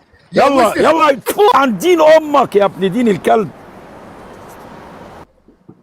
يا استاذ تامر يا مين هو عم حشمت ده؟ في حوار ما بينك وما بينه ولا ايه؟ ما بيحبش. بص مش بحبش. بص يا تامر انا بقبل كل الناس، ولو انت حد حط عليك سواء انت سيساوي ولا محترم، الظالم بنيك كصم وما بتفرقش معايا. لا اله الا الله. طب بقول لكم يبان في حوار معاكم، خلصوه وابعتوا لي. ابن المره المتناكه ده كان بيخش استعطفني وساعده وكده، وفجاه دخل مع ناس وهو ملوش دعوه بالحوار خالص. معرفش بقى حد في الخليج قال له اسد، قال له قطه، قال له معرفش ايه، ولقيته شتمني على البث بدون اي، مع اني كنت بحترمه جدا والله. اهلا وسهلا. كنت بحترمه جدا. اهلا وسهلا يا عزيز. ازيك يا عزيز؟ اهلا وسهلا. رحت فشخه، راح مطلع العيال ولاد دين الكلب الهنود الخضر الكفار ولاد المتناكه، قعدوا يسبوا ويلعنوا ويعملوا عمل علي حفلات عنده عشان يرموا له شويه دعم ابن المره المتناكه. بس من هذا ده يعني من شويه بيقول لي ده انا رجل اعمال واعرف بقى. يا عم ده متناك في الاصل، ده متناك في الاصل. هو عارف انا ليه بقى؟ انا الخاين. انا بص اعمل لسيسي زي ما انت عاوز، طالما انا بعاملك بادب. خلاص على انا مش طالب منك احترام. اللي انا بحترمه انا مش طالب. انا بقدره. انا عمال المنيوك اللي جنبك ده انا حذرته كم مره في بدايه الكلام اكتر من مره بصراحه. ليه طيب معلش انت بتشتمه؟ هو قال له لو انا كدبت عليك ده كويس. انت عارف انا لو في مصر هدور عليه ونيكو، لان انا حذرته. انت لو في مصر مش هتعرف تعمل معاه حاجه. تصدق بالله يا ابني، تصدق بالله والله العظيم اشكالكم الوسخه دي لو شافتني ماشي في الشارع لا تجري والله في مصر يا ابني. انا من بلاد دكرور يا ابني، والحمد لله يعني نظام بلدك ابن دين الكلب ده كله مش عارف يعمل معايا حاجه يا متناك. هتقوم انت تعمل حاجه بقص امك انت وشاطر يا ده الخول الخنفس ابو سلسله ابن المتناكه اللي بيتاك في طيسه ده يا ده. لا حول ولا قوه الا بالله يا جدعان. والله الانا ده افترى. انا لما اقول لك انا ممكن انا العجوز ده انا اكومك انت وهو يا ابني الوسخه منك ليه؟ الرمز حشمت يقول لك اطلبه يرد عليه. يعني ايه يا واشنطن؟ مش فاهم. عم حشمت قول له قص امك، قول له قص امك. ما بيطلعوش مع بعض. قول له قص امه. بس خليه زي المره المتناكه اللي بتدق كده ببلاش. تصدق باجت والله احترمتك لما قلت لي انا ضد الاعتصام. والله العظيم احترمتك يا حبيبي. اسمع حبيبي، انا ضد الاعتصام لانه استخدم الاداه الغلط مع الناس الغلط. يعني ايه؟ هو استخدم اداه التجمهر ضد الخونه ولاد دين الكلب العساكر.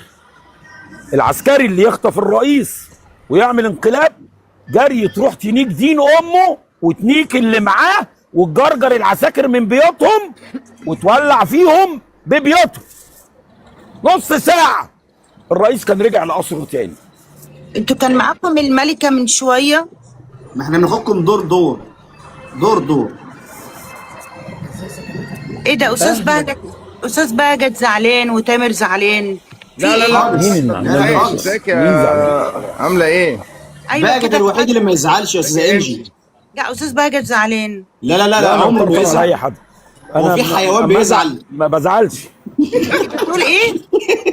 هو من ساعه ما حطيت هيجي يا صبري اللي في حجم محمد من ساعه ما محمد، ما حطيت هو صبري هيرجع اللي في حجم هو صبري هيرجع في مرة يخلص تيزو، فيك. وهو متخيل ان انا حيوان مش انسان. من ساعه ما حطيت له صبري في تيزو قال لي يا عم مجد انت حيوان مش ممكن تكون انسان، ده مش صبري انسان ابدا. من ساعتها وبيقول لي حيوان عشان خاطر صبري وحجمه بس.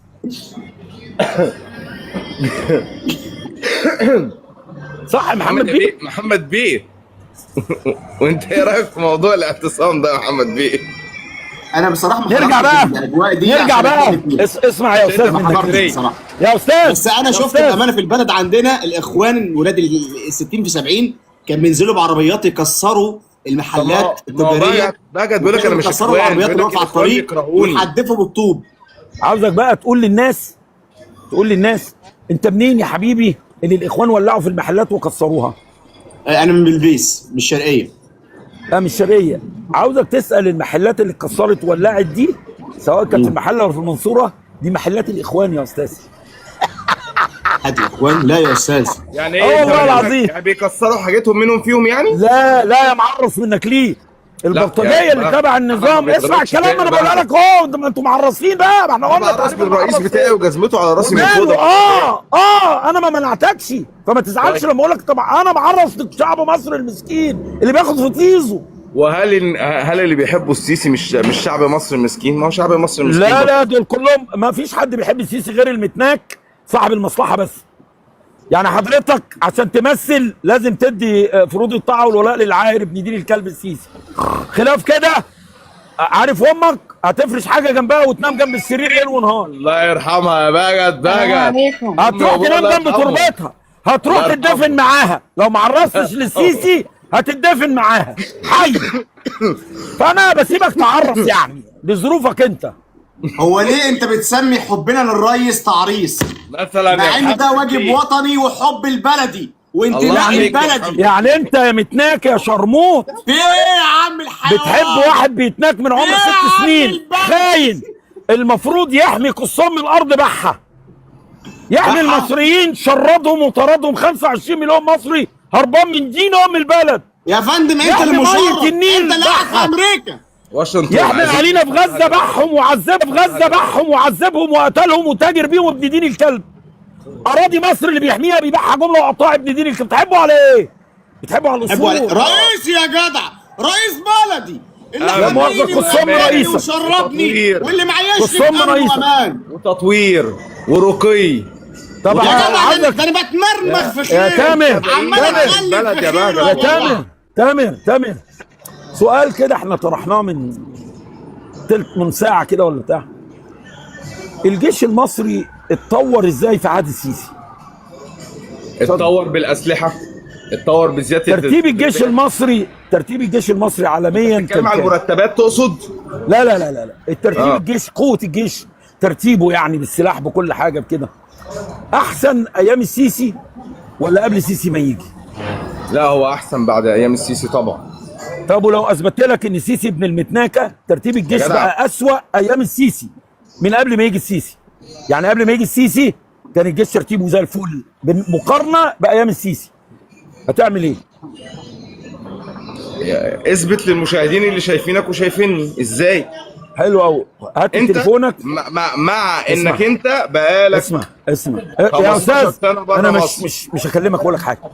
خلي الواد المعرص المتناك بتاع رابعه ده يجيب تليفونه يعينه من طيزه هو بيرد عليك دلوقتي. هو بيقول لك انت عايش في بلد اصلا ما فيهاش امن وامان، انت ما عندكش امان في امريكا. انت عارف قول له لو ما سكتش هطلع لك زبره على البث يا متناك.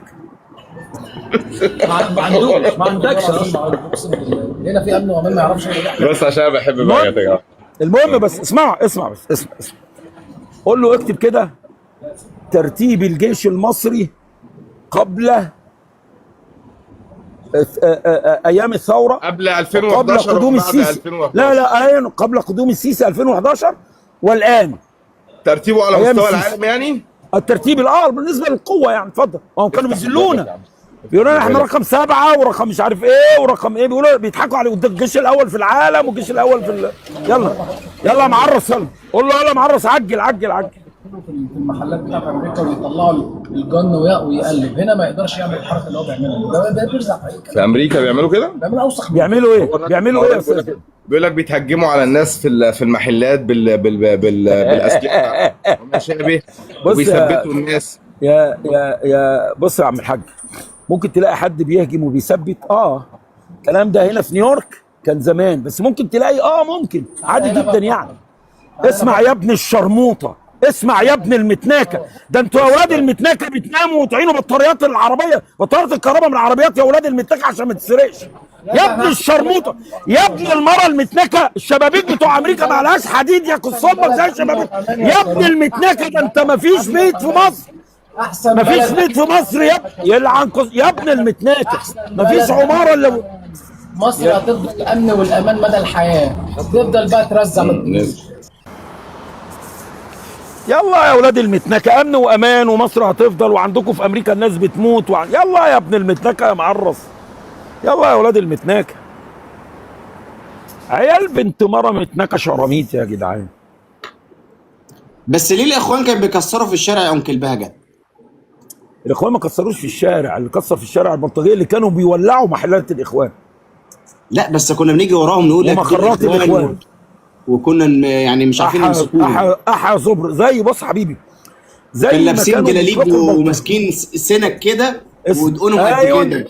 دول كانوا ماسكين اسلحه بيضاء، وكان اي حد يخش عليه يعوروه ويقتلوه. اسمع يا معرض، اولا الاخوان ما بيربوش دقونهم. عارف الاخوان لو لقيته مربي دقن تبقى زي دقني كده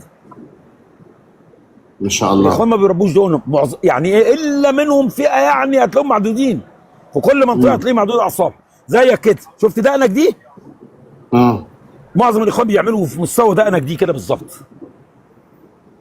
ده نحلقها بقى. السحن شفت السحنه بتاعتك دي؟ هي دي، بس يحلق الشنب يقصروا يعملوا، هو ده سحنه الاخوان بتاعتك دي. بص بقى يا محمد، بس بيقولوا انه مبسوط في السجن. يا لهوي، حد قال لي مبسوط في السجن. انا اتكلمت اهو، مشيت اهو. حد قال حاجه غلط؟ قال حاجه غلط؟ محمد هو السبب، ومحمد غلبان. هي مشيت ليه؟ بيقولوا هو مبسوط في السجن، بيقولوا ان هو. المهم نرجع لموضوعنا، ليه الاخوان كانوا ماسكين سنج وعمالين يعوروا في الناس؟ ما انا قلت لك دول مش الاخوان، دول مش الاخوان يا حبيبي، دول مش الاخوان. دول البلطجيه بتوع النظام، وانا قلت لك الاخوان مش ملتحين من الاصل يعني. تمام. طب انت ليه اشتغلت مع الاخوان يا استاذ بهجت؟ انا ما اشتغلتش معاهم وعمري ما اشتغلت بس معاهم. كل الناس بتقول انك اشتغلت مع الاخوان. انا زميلتهم في المظاهرات، حضرت المظاهرات، كنا بننظم المظاهرات ماشي. لما تبعتهم يبقى انت كده كنت اخواني. لا كنتش اخواني يا حبيبي. بص يا حبيبي، الاخوان كاشخاص جيدين يعني، ما فيهمش عيوب. يعني ايه العيوب العاديه اللي موجوده في الناس العاديين؟ فيهم الشخصيات المحترمه جدا اللي عامله زي البلسم، وفيهم ولاد الكلب الوطين، بس يعني لو لقيت ولاد كلب وطين هتلاقي عددهم محدود جدا فيهم، لكن هم كجماعه عموما ناس محترمه. تمام. مساكين. الترتيب اللي ماشيين بيه في مصر غلط. فلما بدات اتكلم وقلنا ما ينفعش، يعني مثلا انت تعرف ان كانوا بيتخانقوا معايا ويزعلوا مني عشان رحت عملت مشهد كده لاوباما وعملناه لابس بدله والسيسي وقلنا جواز كاثوليكي وبتاع ومش عارف ايه، قال لك لعن الله الرجال المتشبهون بالنساء. والله زعلوا مني لما عملت فيديو اسمه انا السيسي انا محتار انا جحش ولا حمار. كان في شهر 10 لا في شهر 9، نهايه شهر 9 2013 كنا بندعي فيه لخروج الناس في 6 اكتوبر لما قتلوا 58 واحد في الدقي ومنطقه البحوث، النظام ابن ليل الكلب الفاجر. كان دعوه للتظاهرات وكده ودعوه الناس للتظاهرات. المشايخ بتوعهم قالوا انت بتشبه السيسي بالحمار. ناس مساكين يابا والله، مع ان ربنا قال كالحمار يحمل اسفارا. ربنا اللي يشبه الانسان بالحمار، الغبي اللي ما بيفهمش. يعني يا جدعان السيسي ده هيطلع دين ابوكوا وهيعمل فيكوا وهيسوي يخرب البلد. لا بس احنا اخلاقنا لا تسمح لنا بالشتيمه ولا بالاساءه. ما كنتش بشتم، ده بس انا السيسي انا محتار انا جحش ولا حمار. ده عنوان الفيديو والجمله دي انا قلتها. في الفيديو انا السيسي، انا الجنرال، انا مع السيسي، انا معطار، انا جحش ولا حمار، بس كده. فانا عرفت ان انا طريقي مش طريق الاخوان. هم انت اصلا ما ينفعش تتبع الاخوان لان لسانك قذر، فما تنفعش اصلا. ما انا من ساعه ما حطيته وتفيت في طيزك وطيز ابوك، طبعا لازم يكون لساني كذا. لا استحاله يكون لسانك وسخ وتشتغل مع حد. اكيد. يعني حتى الاخوان هم خاينين بس ما بيشتموش. خاينين بس. هو يعني ايه خاين عندك يا استاذ محمد؟ خاين ده ان هو يكون ضد الوطن، يحرض كده زي ما انت بتحرض للوطن عشان توقع الدوله. عاوز اسال سؤال بقى يا متناك وتقوله للناس. كلمني بادب بعد اذنك. ازاي الخونه دول دخلوا 5 استحقاقات انتخابيه وكسبوهم كلهم؟ ازاي بقوا خونه يا متناك؟ مع ان الاخوان دول ايه؟ ساكنين جنبي وجنبك وناس دخلوا بالتزوير يا فندم. اللي كان مسؤول عن الانتخابات عبد الفتاح السيسي وطنطاوي الجيش المصري. لا، ما دخلوا بالتزوير الانساني. يا معرس يا متناك. انا اقدر دلوقتي اشتري صوتك بكام؟ ب 100 جنيه تزوير انساني. ما هم ده بعيد عن المؤسسات وبعيد عن اي حاجه. السيسي نفسه يا معرس قال لك لا ما عندناش تزوير، ما كانش فيه تزوير. ليه؟ خطاب معترف بيه. انتخابات الاخوان كانوا بيلموا البطايق ويسرقوها ويدوها لبعضيهم، وكانوا بيروحوا يدوا للناس كراتين سكر وزيت وتموين عشان خاطر يروحوا ينتخبوا، وكانوا بيجيبوا عربيات مخصوص عشان خاطر يجبروا الناس تنتخب. سبحان الله، ده اللي بيعمله السيسي في كل المسرحيات تحت. ابدا ابدا اللي بيسموها انتخابات. سبحان الله. محمد الريس كل اصواته نزيهه. الاحبه اصواته نزيهه، وعمرنا ما شفنا حد بياخد كرتونه يا كذاب. الاحبه تبليك وتجيب اللي فيها فيك. عمرنا ما شفنا حد بياخد كرتونه في عصر فخامه الرئيس عبد الفتاح السيسي. كان كل الاصوات نزيهه بكل شرف، كل امانه، كل احترام. كان المواطن بيكون سعيد وهو رايح ينتخب فخامه الرئيس. ليه؟ لان الرئيس واثق من نفسه ومن شعبه. متناك بياخد فطيزه. عيب قله الادب دي. الرئيس راجل محترم، بنى البلد كانت كهن. راجل منخرم ابن مرة متناكة، كافر وملعون، حرامي نصاب قاتل. كان كهن، خلى البلد فيها قيمه وقامه. هو باعها وبنى بفلوسها قصور. البلد كانت كهن وصفايا، خلاها بلد نظيفه. يا زبري كفايه الامن والامان والحب، كفايه مصر بقت جميله من جوه ومن بره. شوارعها يا بهجت ترد الروح، ولا بحورها، ولا تعالى اسكندريه. تعالى اسكندريه دلوقتي شوف الجمال، شوف الساحل الشمالي، شوف مدينتي. يعني ايه بحورها؟ يا مصر ما كانش عندها بحور يا فندم. يعني مصر ما كانش. اسكندريه بقت حاجه تانية. كل دوله سياحيه عندنا بقت حاجه تانية خالص. كل دوله سياحيه عندكم انتوا كام دوله؟ احنا كذا دوله في دوله واحده. يا لهوي يا جدعان، والله العظيم العيال دي انا مش عارف انا بطلع معاك متخلف ازاي. يعني ازاي انا بطلع معاك؟ عشان انت بهيم حيوان. العيال دي متخلفه والله العظيم. انا بزعل من نفسي قوي لما اسمع للبهايم دي. يعني ازاي انا بطلع مع البهايم دي يا جدعان؟ بيقول لك كل دوله عندنا بقت مش عارف ايه تقدم.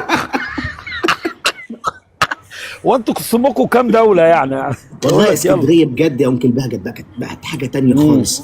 ايش كباري، ايش بقى حاجات جديده، طرق جديده، مترو جديد، حاجه كده جميله جدا.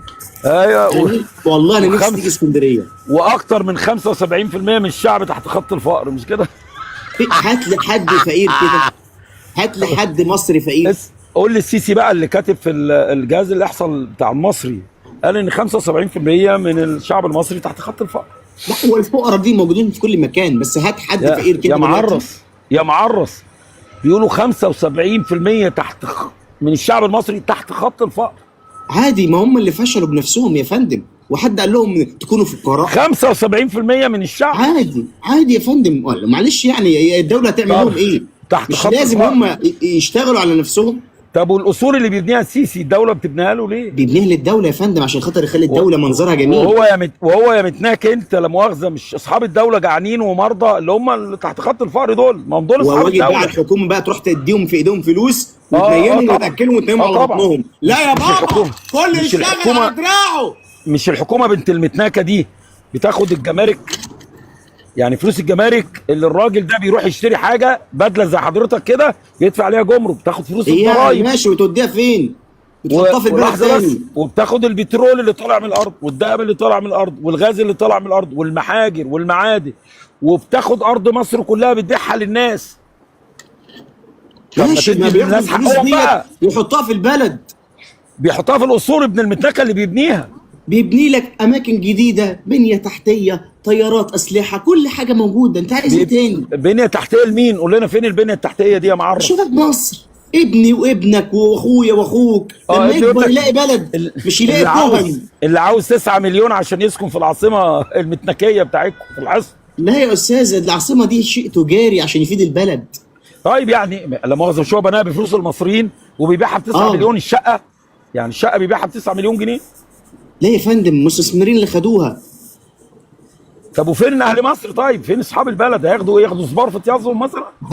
هياخدوا شغل، هياخدوا وظائف خاليه. فين الوظائف؟ هياخدوا مجهود كبير، هياخدوا عظمه على عظمه. مصر الدولة الأولى الطاردة للسكان في العالم، عندها أكتر من 25 مليون مصري مهجر، ما بين هجرة عادية سفر أو هجرة غير شرعية. مهجر عشان لقمة العيش. تفتكر إيه اللي عشان هجرهم؟ التعليم، عشان الصحة. اسأل قصوم السيسي، الفلوس بتاع الصحة بتاع التعليم انت بتاع معاك الاسئله الوظائف. والاجوبه. ما هي الفلوس اللي كان المفروض يصرفها على التعليم، على الوظائف، على البيزنس، على الصحة، صرفها على قص انتصار وطيز آية وشويه الجنرات ولاد المتناكه، والفلوس اللي نهبها من البلد ومخزنها بره مصر. ايه الكلام القذر ده يا استاذ بهجت؟ على سبيل المثال مثلا، يعني احنا الدوله بنت المره المتناكه الوحيده اللي بتفرض جمارك مبالغ فيها جدا في التليفونات المحموله، عشان السيسي ابن المتناكه نسيبه، حد من قرايب نسايبه كده ناحيه بنته او ناحيه ابنه عاملين مصنع تليفونات ومشاركين السيسي فيه. ومستوردين التليفونات ومستوردين تليفونات كمان. كل ده بيحصل في البلد. ده انا لازم اقعد في البلد ديت لحد اخر. محمد بيه اخر مره سلكت الامساك اللي عندك كان امتى؟ اخر مره امتى سلكت؟ عدي بقى عشان اسلكهولك النهارده. تعالى اسلكهولك النهارده. عنده حاله امساك مزمنه ما بتروحش غير بزبر العبد لله. لازم والله العظيم على القذاره. نرجع تاني، انت ما تقعدش دقيقه حتى كده محترم، دقيقه واحده محترم، دقيقه واحده بني ادم. استغفر الله العظيم. ثواني بس، ثواني انا افكرك، كان في سير حاجه دي. استغفر الله العظيم. استغفر بقى من عدد بالك كبير ما استغفرتش. طب يا شباب احنا كده بقالنا فتره بلاش نخرج، نروح ننام. روح نام لما على الحيطه. استغفر الله. تروحوا تناموا. لا حد عاوز يكبس ولا حد عاوز يشير. النهارده الشحاته نايمه خالص، مش جايبه همها. ده انت بشوفك بتشحت من الصبح من صباحة ربنا، ليه ما عملتش حاجه يعني؟ ما المشكله محدش عايز يشجعنا. انت فاكر الخطأ الوحيد اللي عملوه الاخوان ان هم تنازلوا عن حقل غزل اسرائيل، ودي كانت يعني خلت الجيش يطلع يصدر بيان وكده. هي دي الخطأ الوحيد اللي انا ما كنتش احب الرئيس مرسي انا بسبب الموضوع ده، ان هو تنازل عن حقوقنا. بس برضه بتاعت معلش يعني هم كانوا متخلفين جدا وما كانش ينفعوا. لا ما هو يعني الاخوان والرئيس مرسي تنازلوا عن حقوق الغاز لاسرائيل، مش عارفين ليه لغايه دلوقتي. يعني احنا عمالين بنسال ليه الرئيس مرسي تنازل عن حقوق مصر في حقول الغاز اللي في البحر الابيض المتوسط لاسرائيل؟ ليه؟ مش عارف. دي خيانه طبعا. انت ايه رايك فيها؟ يعني مرسي عمل كده؟ ما هو اتنازل عن حقول الغاز لاسرائيل، خيانه طبعا. صح، ربنا يسامحه ربنا يسامحه. والمفروض ياخد اعدام فيها. ربنا يسامحه لو كان عامل كده.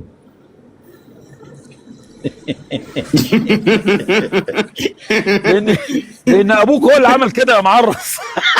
استغفر الله العظيم يا رب. والله ابوك المعرس السيسي ابن دين الكلب. السيسي ابن دين الكلب. يا جدع اقول كلام غير كده. عيب يا جدع، عيب يا جدع. هو اللي اداهم حقول الغاز بتاعتنا. هو اللي اداهم حقول الغاز بتاعتنا وبيستوردوا. وابن المتنكه ما اكتفاش بكده، راح مش لاقيين هم حد يبيعوا له الغاز، فراح يستورد الغاز منهم. يا جدع اقول كلام ايه الافتراء والله. على ابويا ده يا جدع؟ يا جدع اه اتقي والله الله. العظيم، اه والله اتقي ليه العظيم. يا جدع؟ يا جدع مش كده، حرام عليك. وبعدين ايه اللي دخل البيزنس في السياسه؟ استغفر الله العظيم يا مش رب. دي فلوس. انت تعرف ان الغاز دي مئات المليارات، كان هيدخل لمصر مئات المليارات من الدولارات، هو ايه اللي حصل بقى؟ ويمكن تريليون دولار كمان في حقل الغاز ده، ما هو تنزل عنه لاسرائيل. يا سلام. ما يكونش في حاجه كده. اصلا ما بفهمش في الغاز بصراحه. تعرف افهم في الغاز؟ كنت كلمت لك. حقول الغاز المشترك. لماذا تنازلت مصر عن حقول الغاز؟ اكتب بقى حاجه كده لاسرائيل وجرب واقعد عنوان، هجيب عنوان هتقعد تقرا بقى يا نهار اسود، واحنا دوله معوزه قوي ودوله فقيره قوي ودوله ما عندهاش قوي وبيديهم اسرائيل قوي. يعني الموضوع ده جديد ولا لسه دلوقتي يا انكل باجي؟ لا ما بقاله كام سنه يعني. ربنا يعين ابويا والله. والله رئيس دول بيعمل كل حاجه من اجل مصر.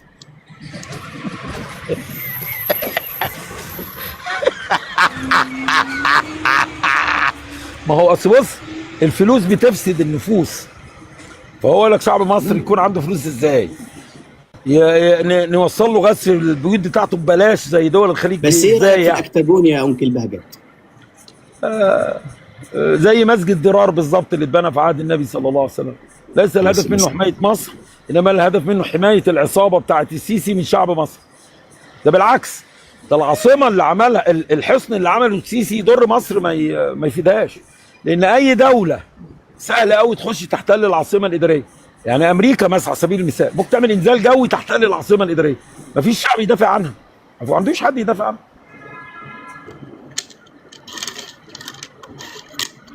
واللي احتل اسرائيل لو تمشوا كده دخلوا قناه السويس باي مركب ونطوا وعملوا انزال جوي. ما يقدروش يا انكل بهجت في عصر الرئيس، ما يقدروش. كانوا هناك.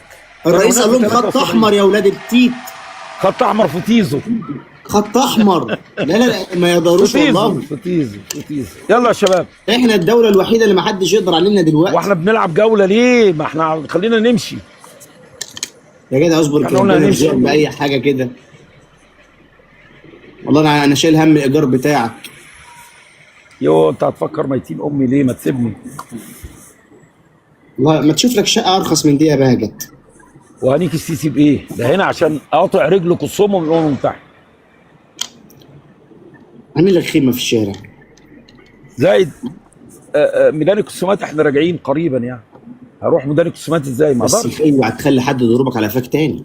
لا عينيا حاضر والله. لله والله. الراجل ضربك على قفاك ده انت ضربته ولا ما خدتش حقك؟ لله.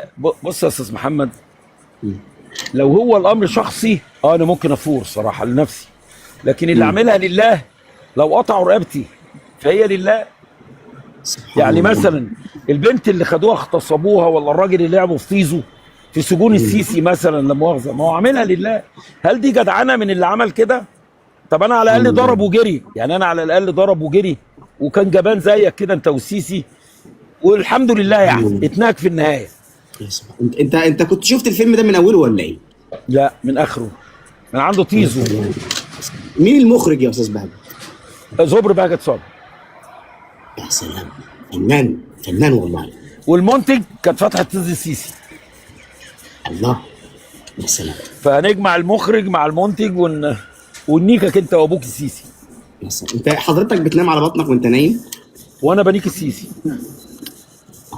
وانا حاطط زبر لا بحيه بقى. ما انا لا مؤاخذه هو بيبقى نايم على بطنه وانا نايم فوقيه، يعني لا مؤاخذه هنيكه ازاي يعني؟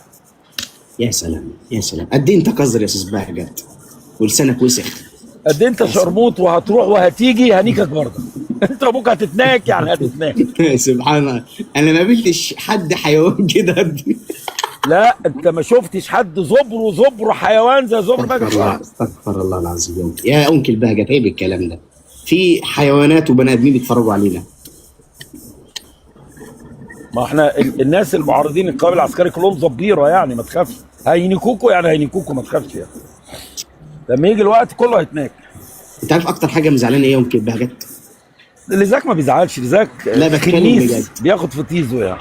انك لما تموت محدش هيقعد مكانك، وده غلط. المفروض انت تطلع قدوه ليك. ياه لما اموت انا بدور هكون ناس راكبينك انت والسيسي. يا سلام، هاجي على التراب بتاعتك وترتر والله. الناس هو ما حدش جاي، ما حدش فاضي، كلهم هيكونوا بينيكوك انت وسيسي وامثالك هناك. بص انا دعيتها ربنا ان لم اصنعه او اكون صنيع يعني جزء هبابه حبه رمل في حذاء من يصنعون الثوره على الطواغيت ارضاء لله ورسوله ومت قبل ذلك، فاللهم اجعل من موتي آية ومن جسدي آية تسقط هؤلاء الطواغيت. سبحان الله. كان في واحدة ملحدة برضه، وأتمنى من ربنا يستجيب ليا، وأتمنى من الله أن يستجيب، وأتمنى من الله أن يستجيب. هو دايما كده الملحد والكافر شايف نفسه إن هو على صح وعلى يقين. سبحان الله. مع إن الغريبة المتنكين اللي زيك بيطلعوا عامل زي النسوان الشراميط اللي منزلينهم ملط، واللبن بتاع الرجاله ولا الذكور نازل من كساسهم وملزقهم وعمال العفه والشرف. انا ما حدش شاف ضفري ايه يا متناكه؟ ده انت كسك يعني كله باين يعني مش ضفري. اهو انتوا الشراميط اللي زيك كده بالظبط. استغفر الله العظيم يا رب. يلا يا شباب، سبحانك اللهم وبحمدك، نشهد ان لا اله الا انت، نستغفرك ونتوب إليك. والعصر إن الإنسان لفي خسر إلا الذين آمنوا وعملوا الصالحات وتواصوا بالحق وتواصوا بالصبر. سلام الله عليكم ورحمته وبركاته. هنبدأ بدري بكرة إن شاء الله. السلام عليكم.